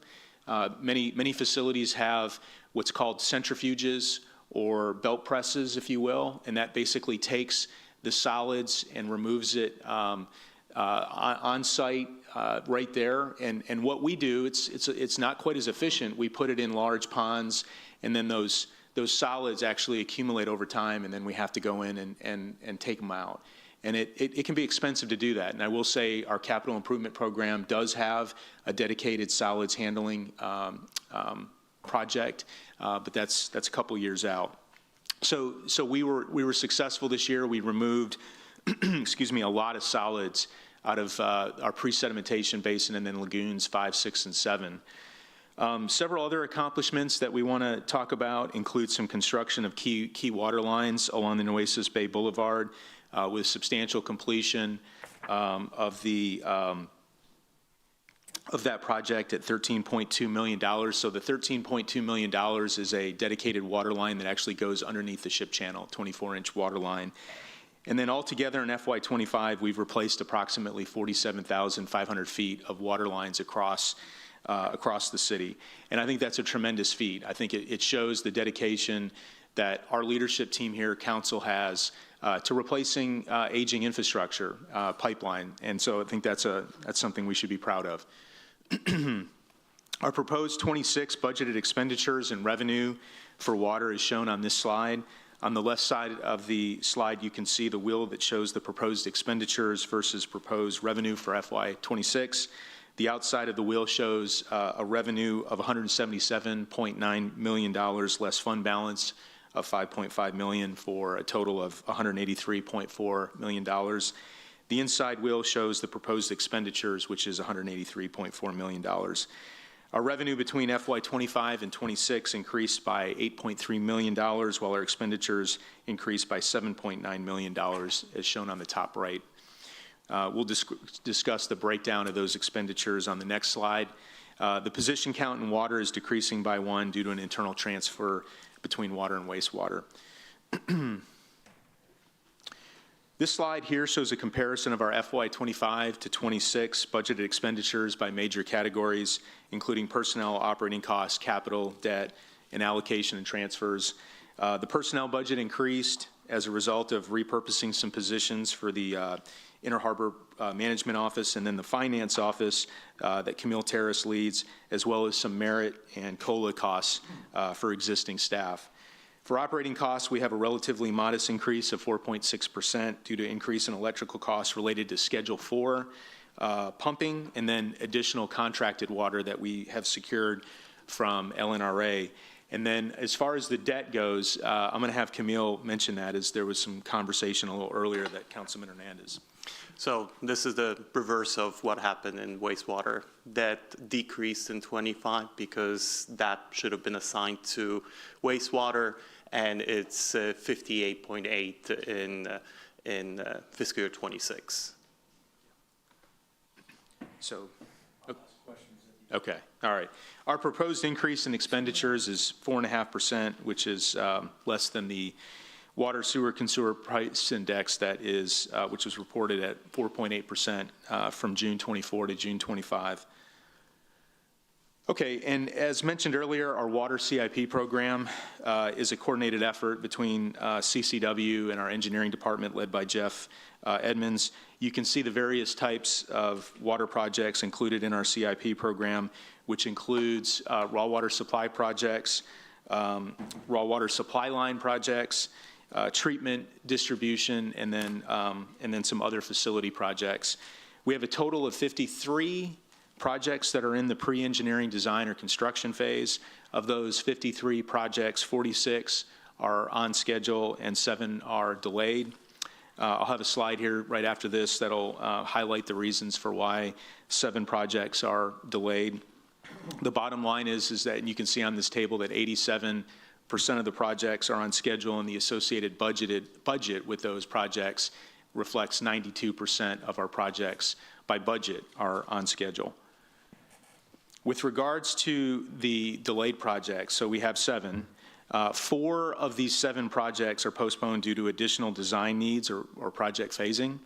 1 project was postponed because additional property needs need to be acquired, so there's some real estate acquisition that needs to happen in order to complete the design. 1 project was postponed because of an additional subsurface utility exploration or SU work that was needed to complete the design. And then finally, 1 project, the Wesley Seal boat ramp, was delayed as a result of the drought. A breakdown of our proposed water CIP program for 2026 by category is shown here on this slide.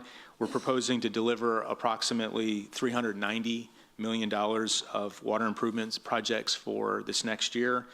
Much of our future does depend on new water supplies, and this budget has approximately $248 million of investments, or about 64% of the CIP program, in the raw water supply project category on the pie chart shown here. The other 36% of our CIP plan is devoted to water treatment and distribution of lines. So for our proposed 2026 water CIP program, you can see the proposed projects. A total of 51 projects, with 1 new project and 3 projects being moved from long range to the short range program.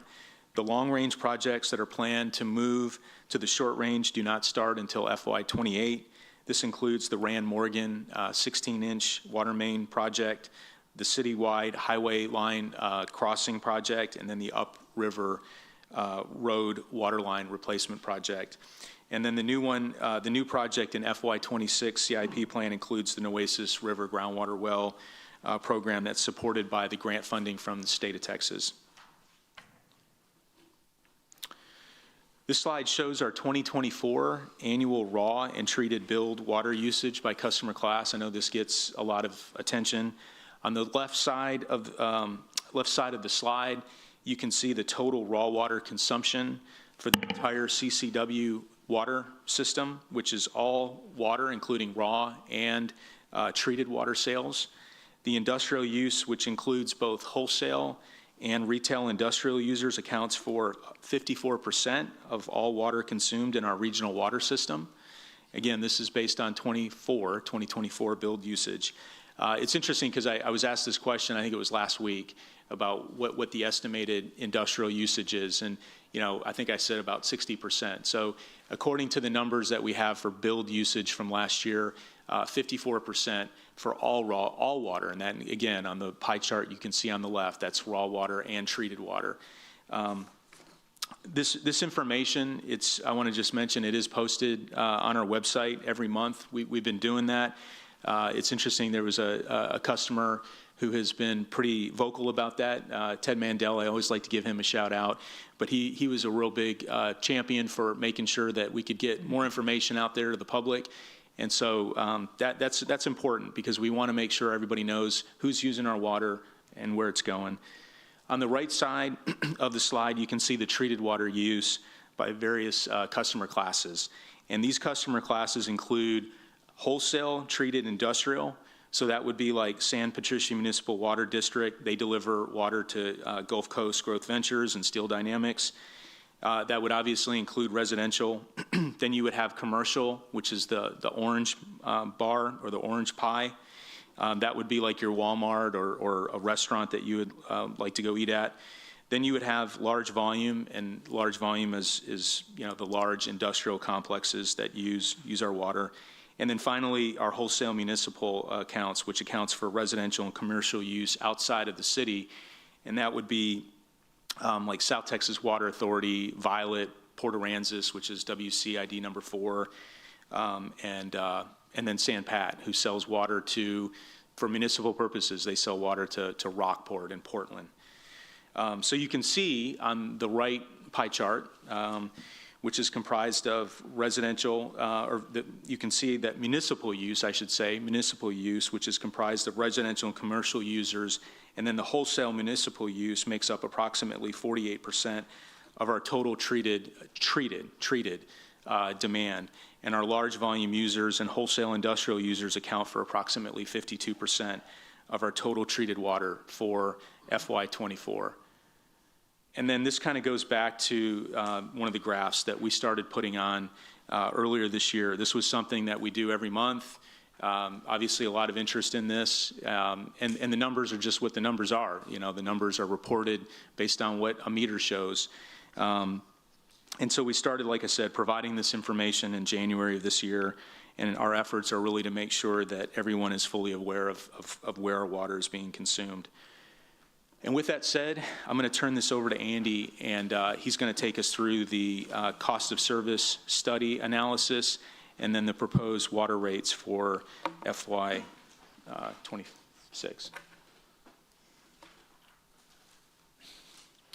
Hello again, Andy McCartney, principal with Nugent. I'm going to turn over this part of the water presentation to Tia Carnes, who has served as the assistant project manager the last 2 years. Thank you, Mayor and council members. My name is Tia Carnes from Nugent Strategies and Solutions.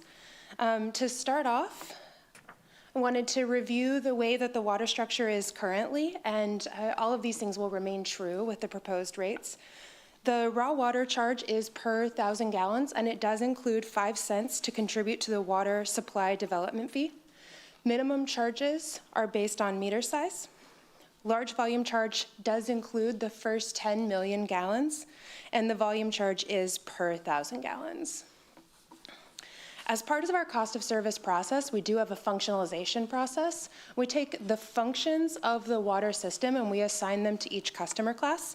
You can see the functions across the top here and which customer class they are assigned to, such as raw water is assigned to all customer classes as all classes use raw water.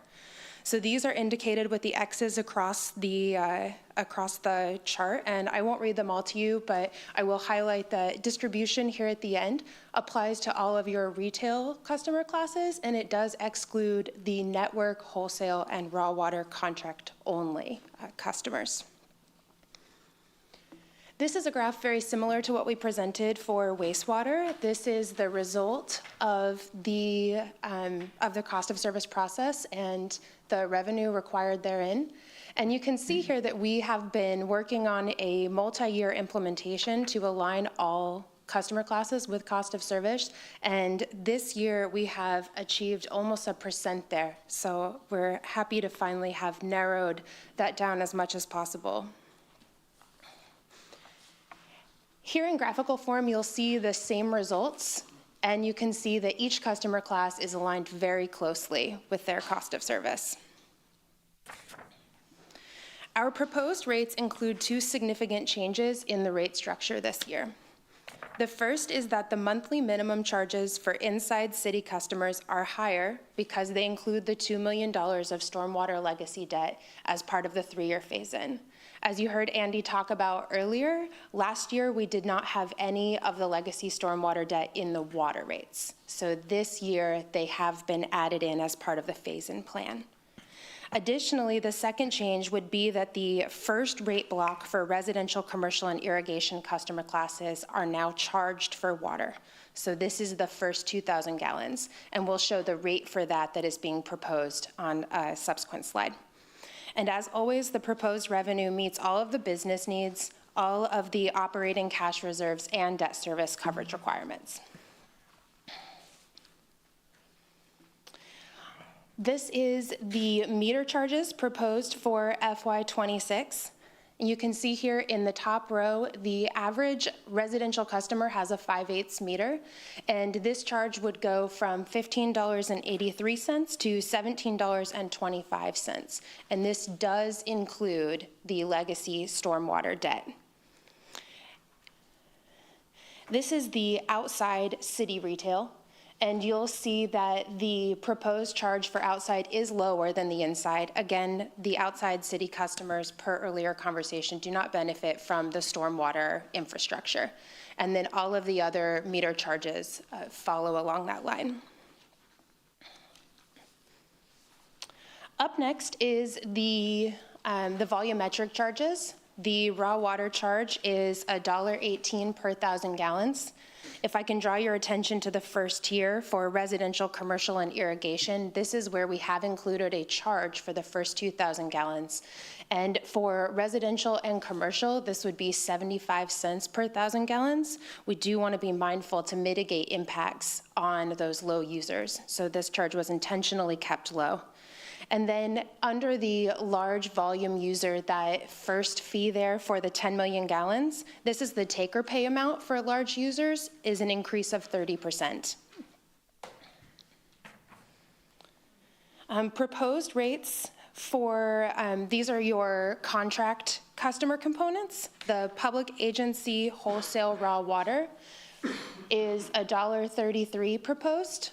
The wholesale treated water is $1.80. Wholesale treated water network is $2.55. Non-ratepayer wholesale raw water is proposed at $1.36.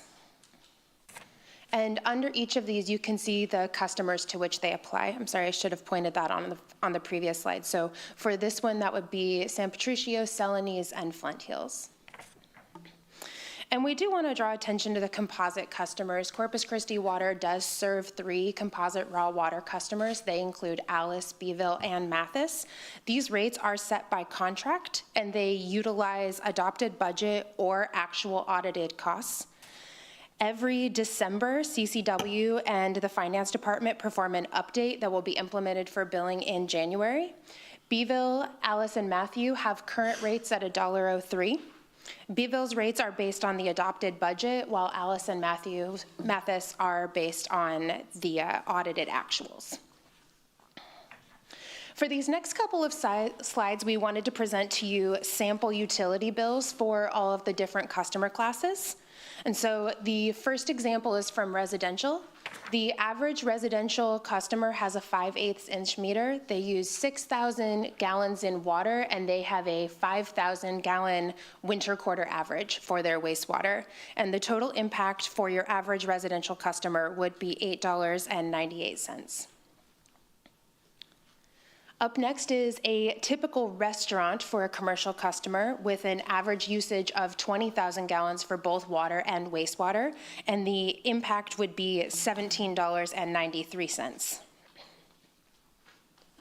Irrigation has an average use of 15,000 gallons in water, and the average impact to irrigation accounts would be 39%. Large volume has an average usage of 90 million gallons, and their average impact from rates would be 14%. And then finally, the wholesale treated customers have an average usage of 50 million gallons, and they would see an average decrease of 3% in their bill. Thank you very much. I think we're going back to you, Drew. Thanks, Tia. Thank you, sir. Thank you. Okay, that takes us through our presentation, so we stand ready for Thank you for questions here. Yeah, the great presentation. Let's see here. I think everyone's getting situated.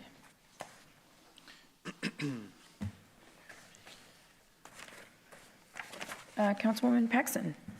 Thank you, Mayor. Thank you for that very insightful presentation. Drew, I have a question on page 42 where you showed that chart. I know we kind of all went back and forth on it a little bit, but did we ever determine there was that really steep climb under the wholesale raw, and we were kind of like, what changed? And I think we were going to go look and try to determine what that jump was, because almost every other class has gone down. Yeah, we'd have to do some analysis on that, Councilwoman.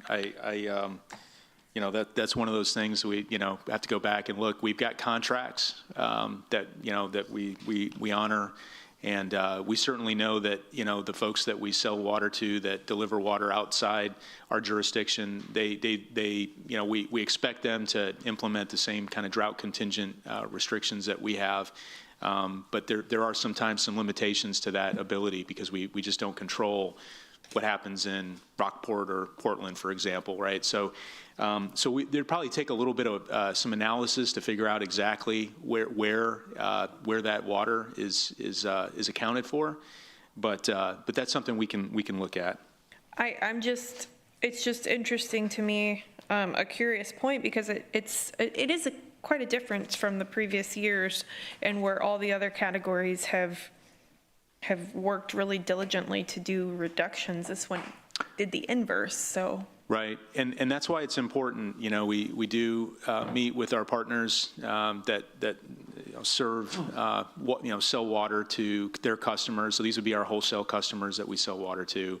These would be folks like South Texas Water Authority, San Patricio.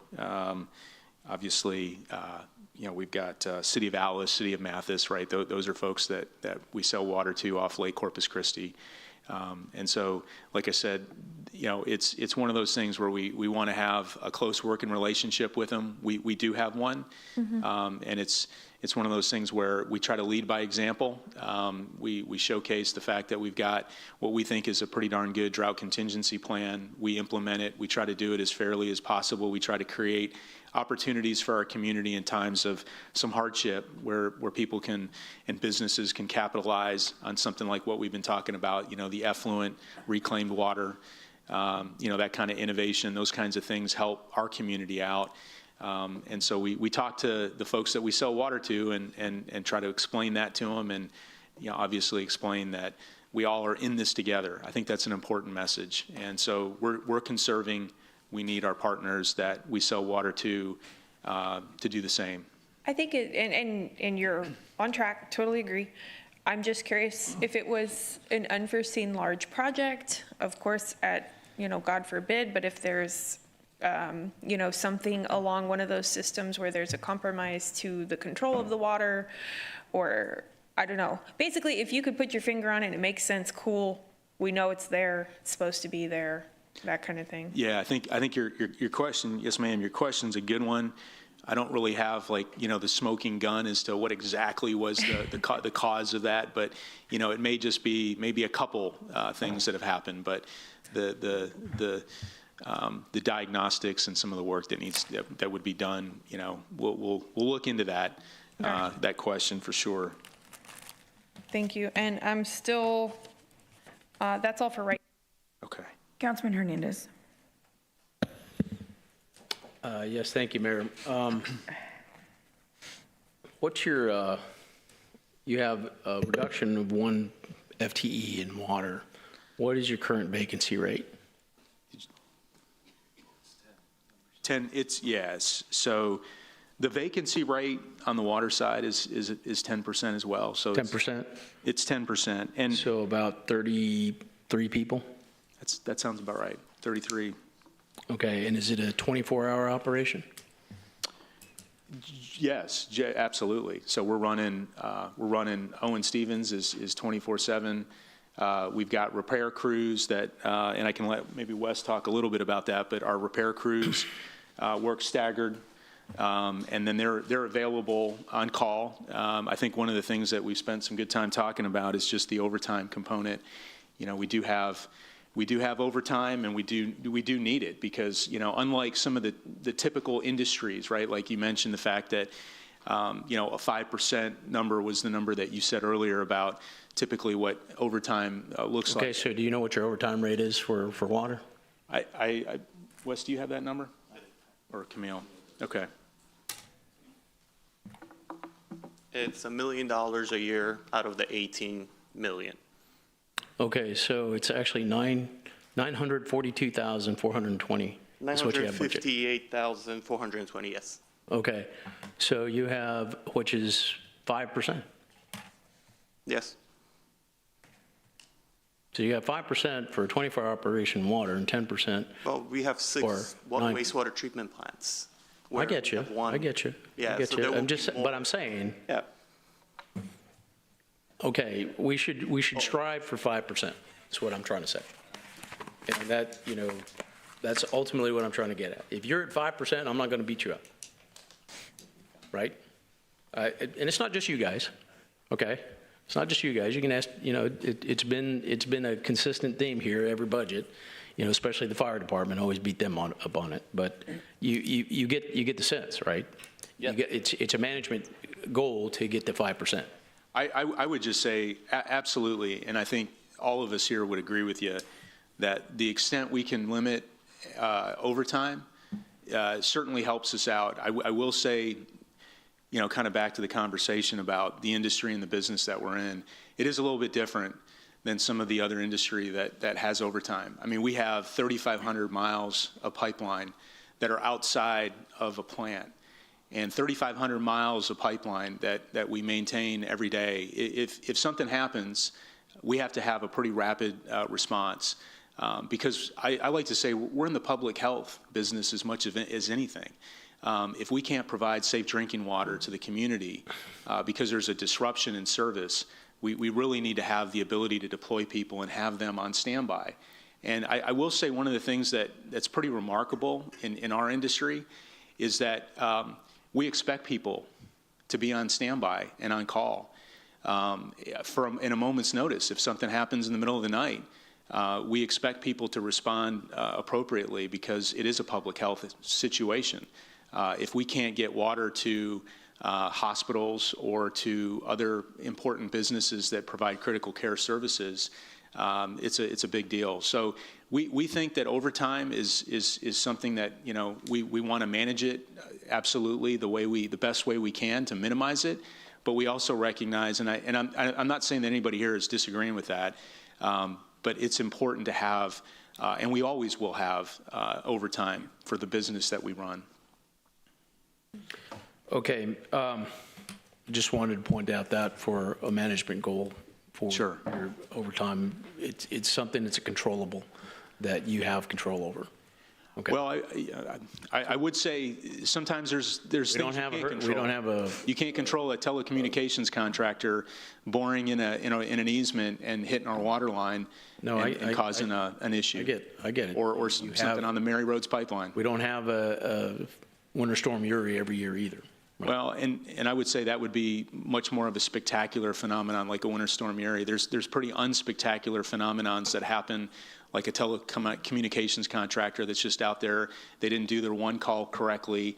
There may even be a water line that might not be in the exact spot that maybe some of us thought. All our water lines, 3,500 miles of them, they're not always in the exact spot that you would think they would be.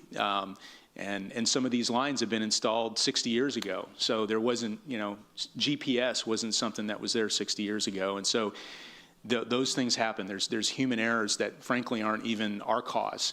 Human errors on other people who are out in our right-of-way and easements that are, you know, doing infrastructure projects that they're not purposely hitting these lines. But I will say when they hit them, we charge them for every dollar that's associated with it. I know Councilwoman Vaughn and I had a conversation a couple months ago where somebody hit a line and, we're pretty apt to make sure that all the expenditures associated with repairing it and the water loss gets recovered to the utility.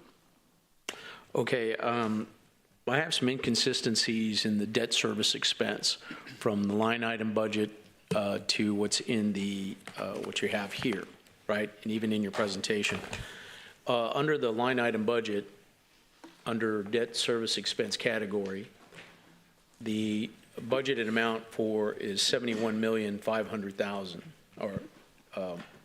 Is what, excuse me? Could you repeat that? The budget, under your line item budget, the total amount is $71,000. And there's some, like I said, some inconsistencies between what you have in the line item budget and what's in the budget book. 71,000, 71 million. 71 million. 71,543,000. In water? In water. I would have to see a line item budget. Right, so I want to make sure, I'm not going to say that, we're completely screwed up here. It might be an error specifically under transfer to debt, utility system debt fund.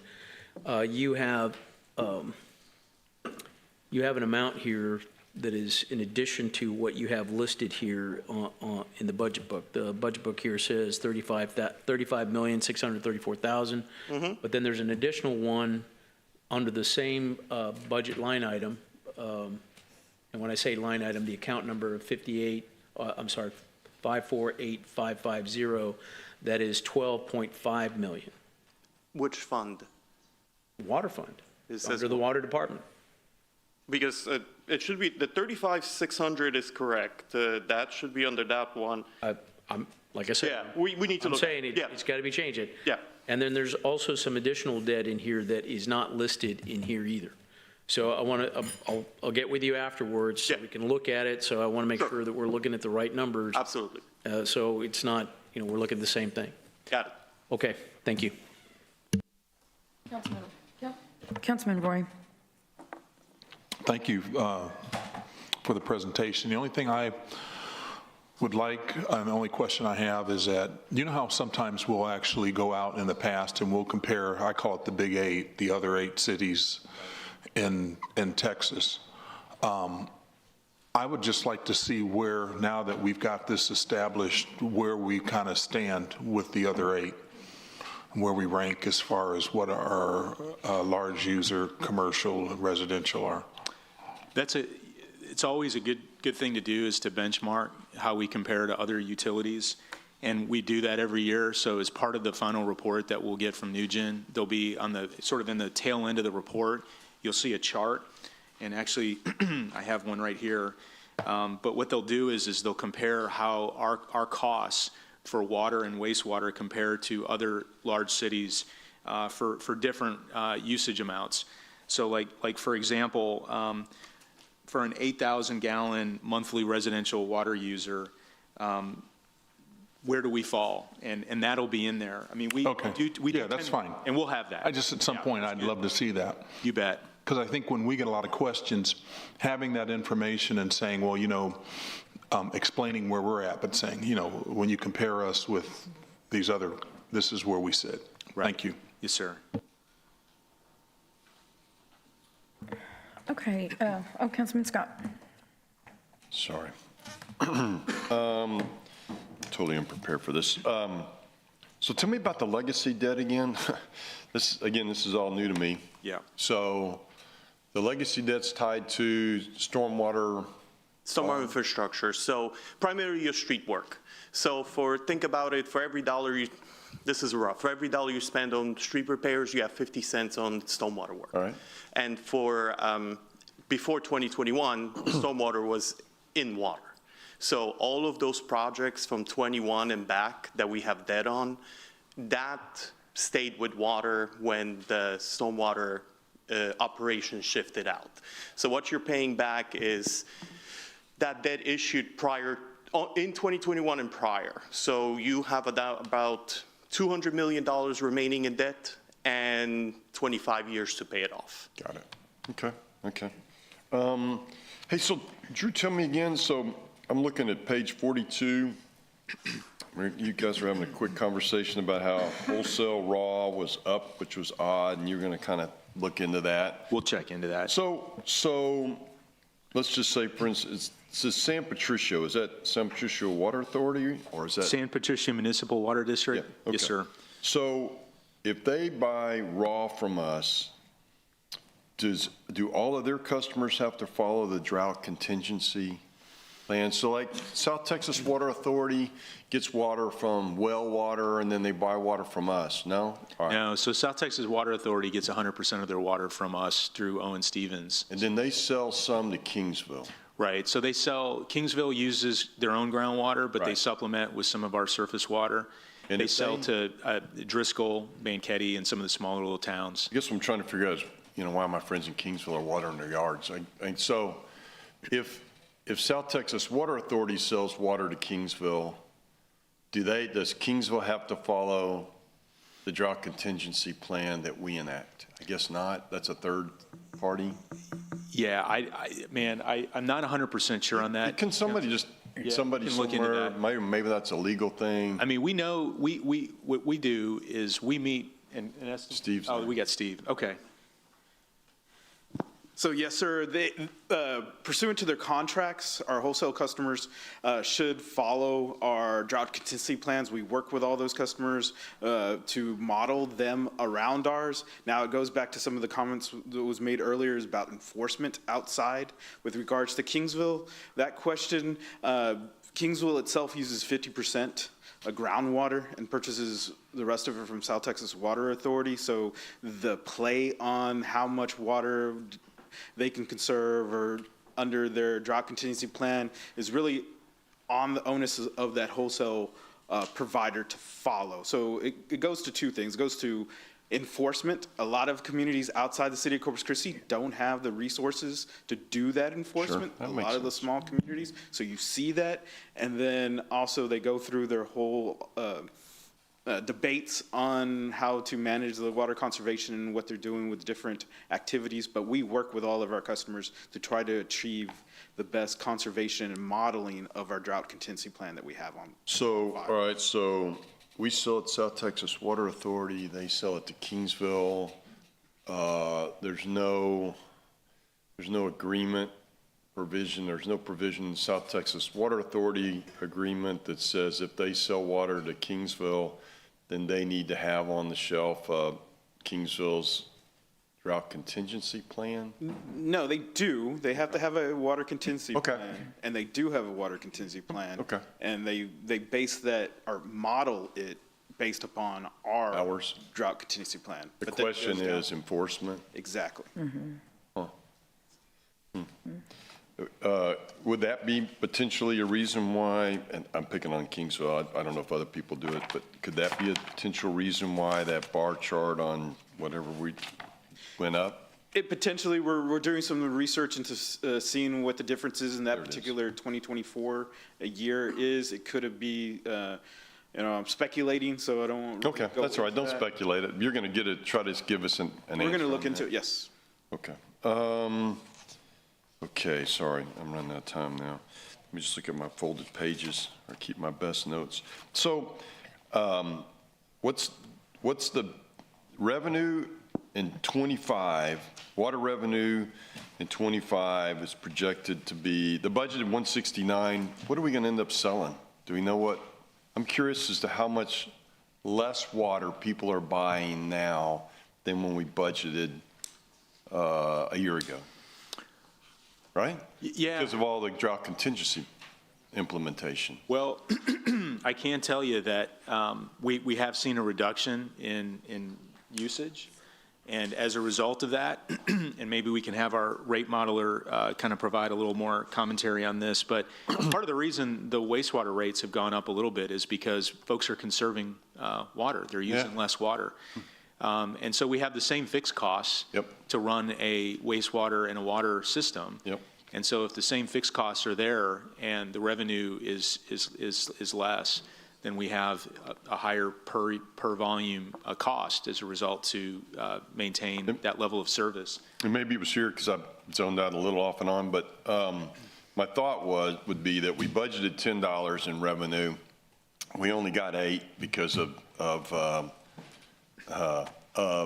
drought contingency implementation, but we still need to raise 10, and so part of the rate increase is to make up for the decrease in revenue in 25. You're absolutely correct. That is the thing. So we saw, and it's basically what you saw on the graph. You saw all of on that bar chart that had the thing, all of those classes went down. Consumption for inside city limit went down by 1%, commercial by 1%, large volume inside city limit went down by 6%, outside city limit residential went down by 6, outside city limit commercial went down by 8, outside large volume, so this is your Flint Hills, your Valeros went down by 10%, and inside irrigation went down by 8%. And are those numbers income represented on one of these pages?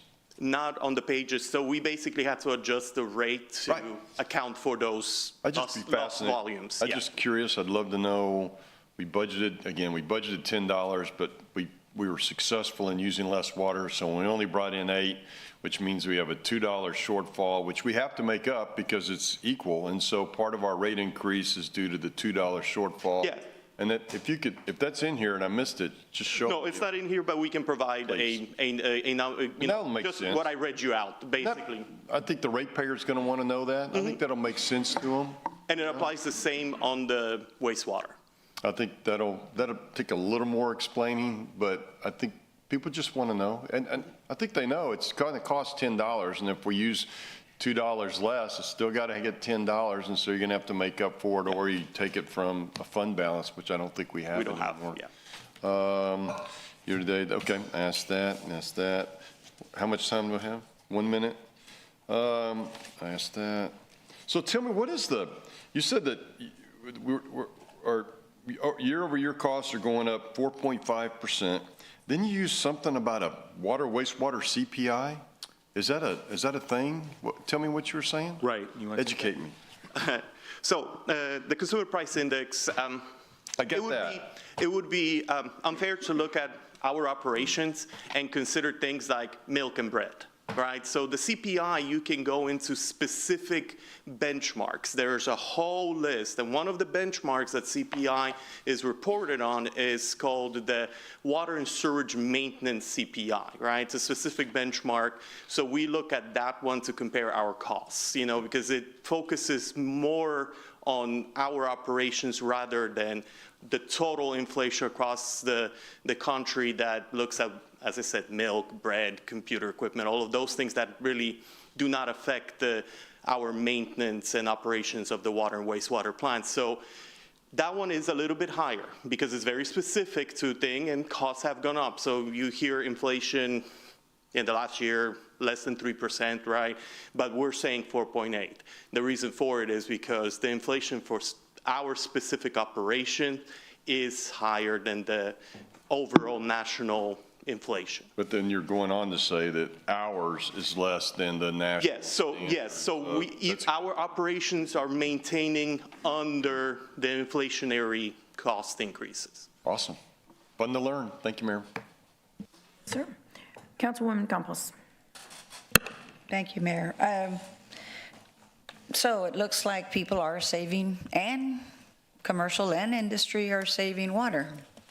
Yes? We're seeing some reduction, some. Absolutely. And I think one of the things that we're really wanting to do is we're wanting to make sure that it's not us saying that, it's the numbers on the meters that are saying it. Right, so. And that's true. Okay. But yeah, that is a little anomaly there that, Council Member Kalen Paxson pointed out. So that would be interesting to find out what happened there. Well, one of the things that's a little challenging on some of this is, we're talking about wholesale customers that we sell water to. So in order to really do the analysis, you got to actually peel the onion back. So you got to go to the wholesale customers and ask them to share with us exactly what and where their water is going. Yeah. And that's something that just takes a little more conversation, a little more time to do it. We got a good relationship with them. I don't see any reason why they wouldn't want to share that with us. So that would be good to find out. So then, is that why we don't touch on conservation anymore? I mean, we worked on the drought contingency plan, but I don't think we ever went back to conservation. I mean, that we ever tackled that, did we? Yeah. I'll let Esteban talk a little bit about that as he leads the conservation effort. I will say that I think we continue to work conservation. It may not seem like we are, but we are absolutely working water conservation. We're seeing it. People are using less water. But I don't recall us actually adopting or actually working on the actual book. I mean, maybe I'm wrong, but did we? I got you. So you're talking specifically about the updated water conservation plan. Yeah. So that is something that we're in the process of we're going to have to do that. We're due for that. And so that is a process that we will be going through. There's been a lot of action items on the list here, and so that is one that is coming up to being done for sure. Is that something that is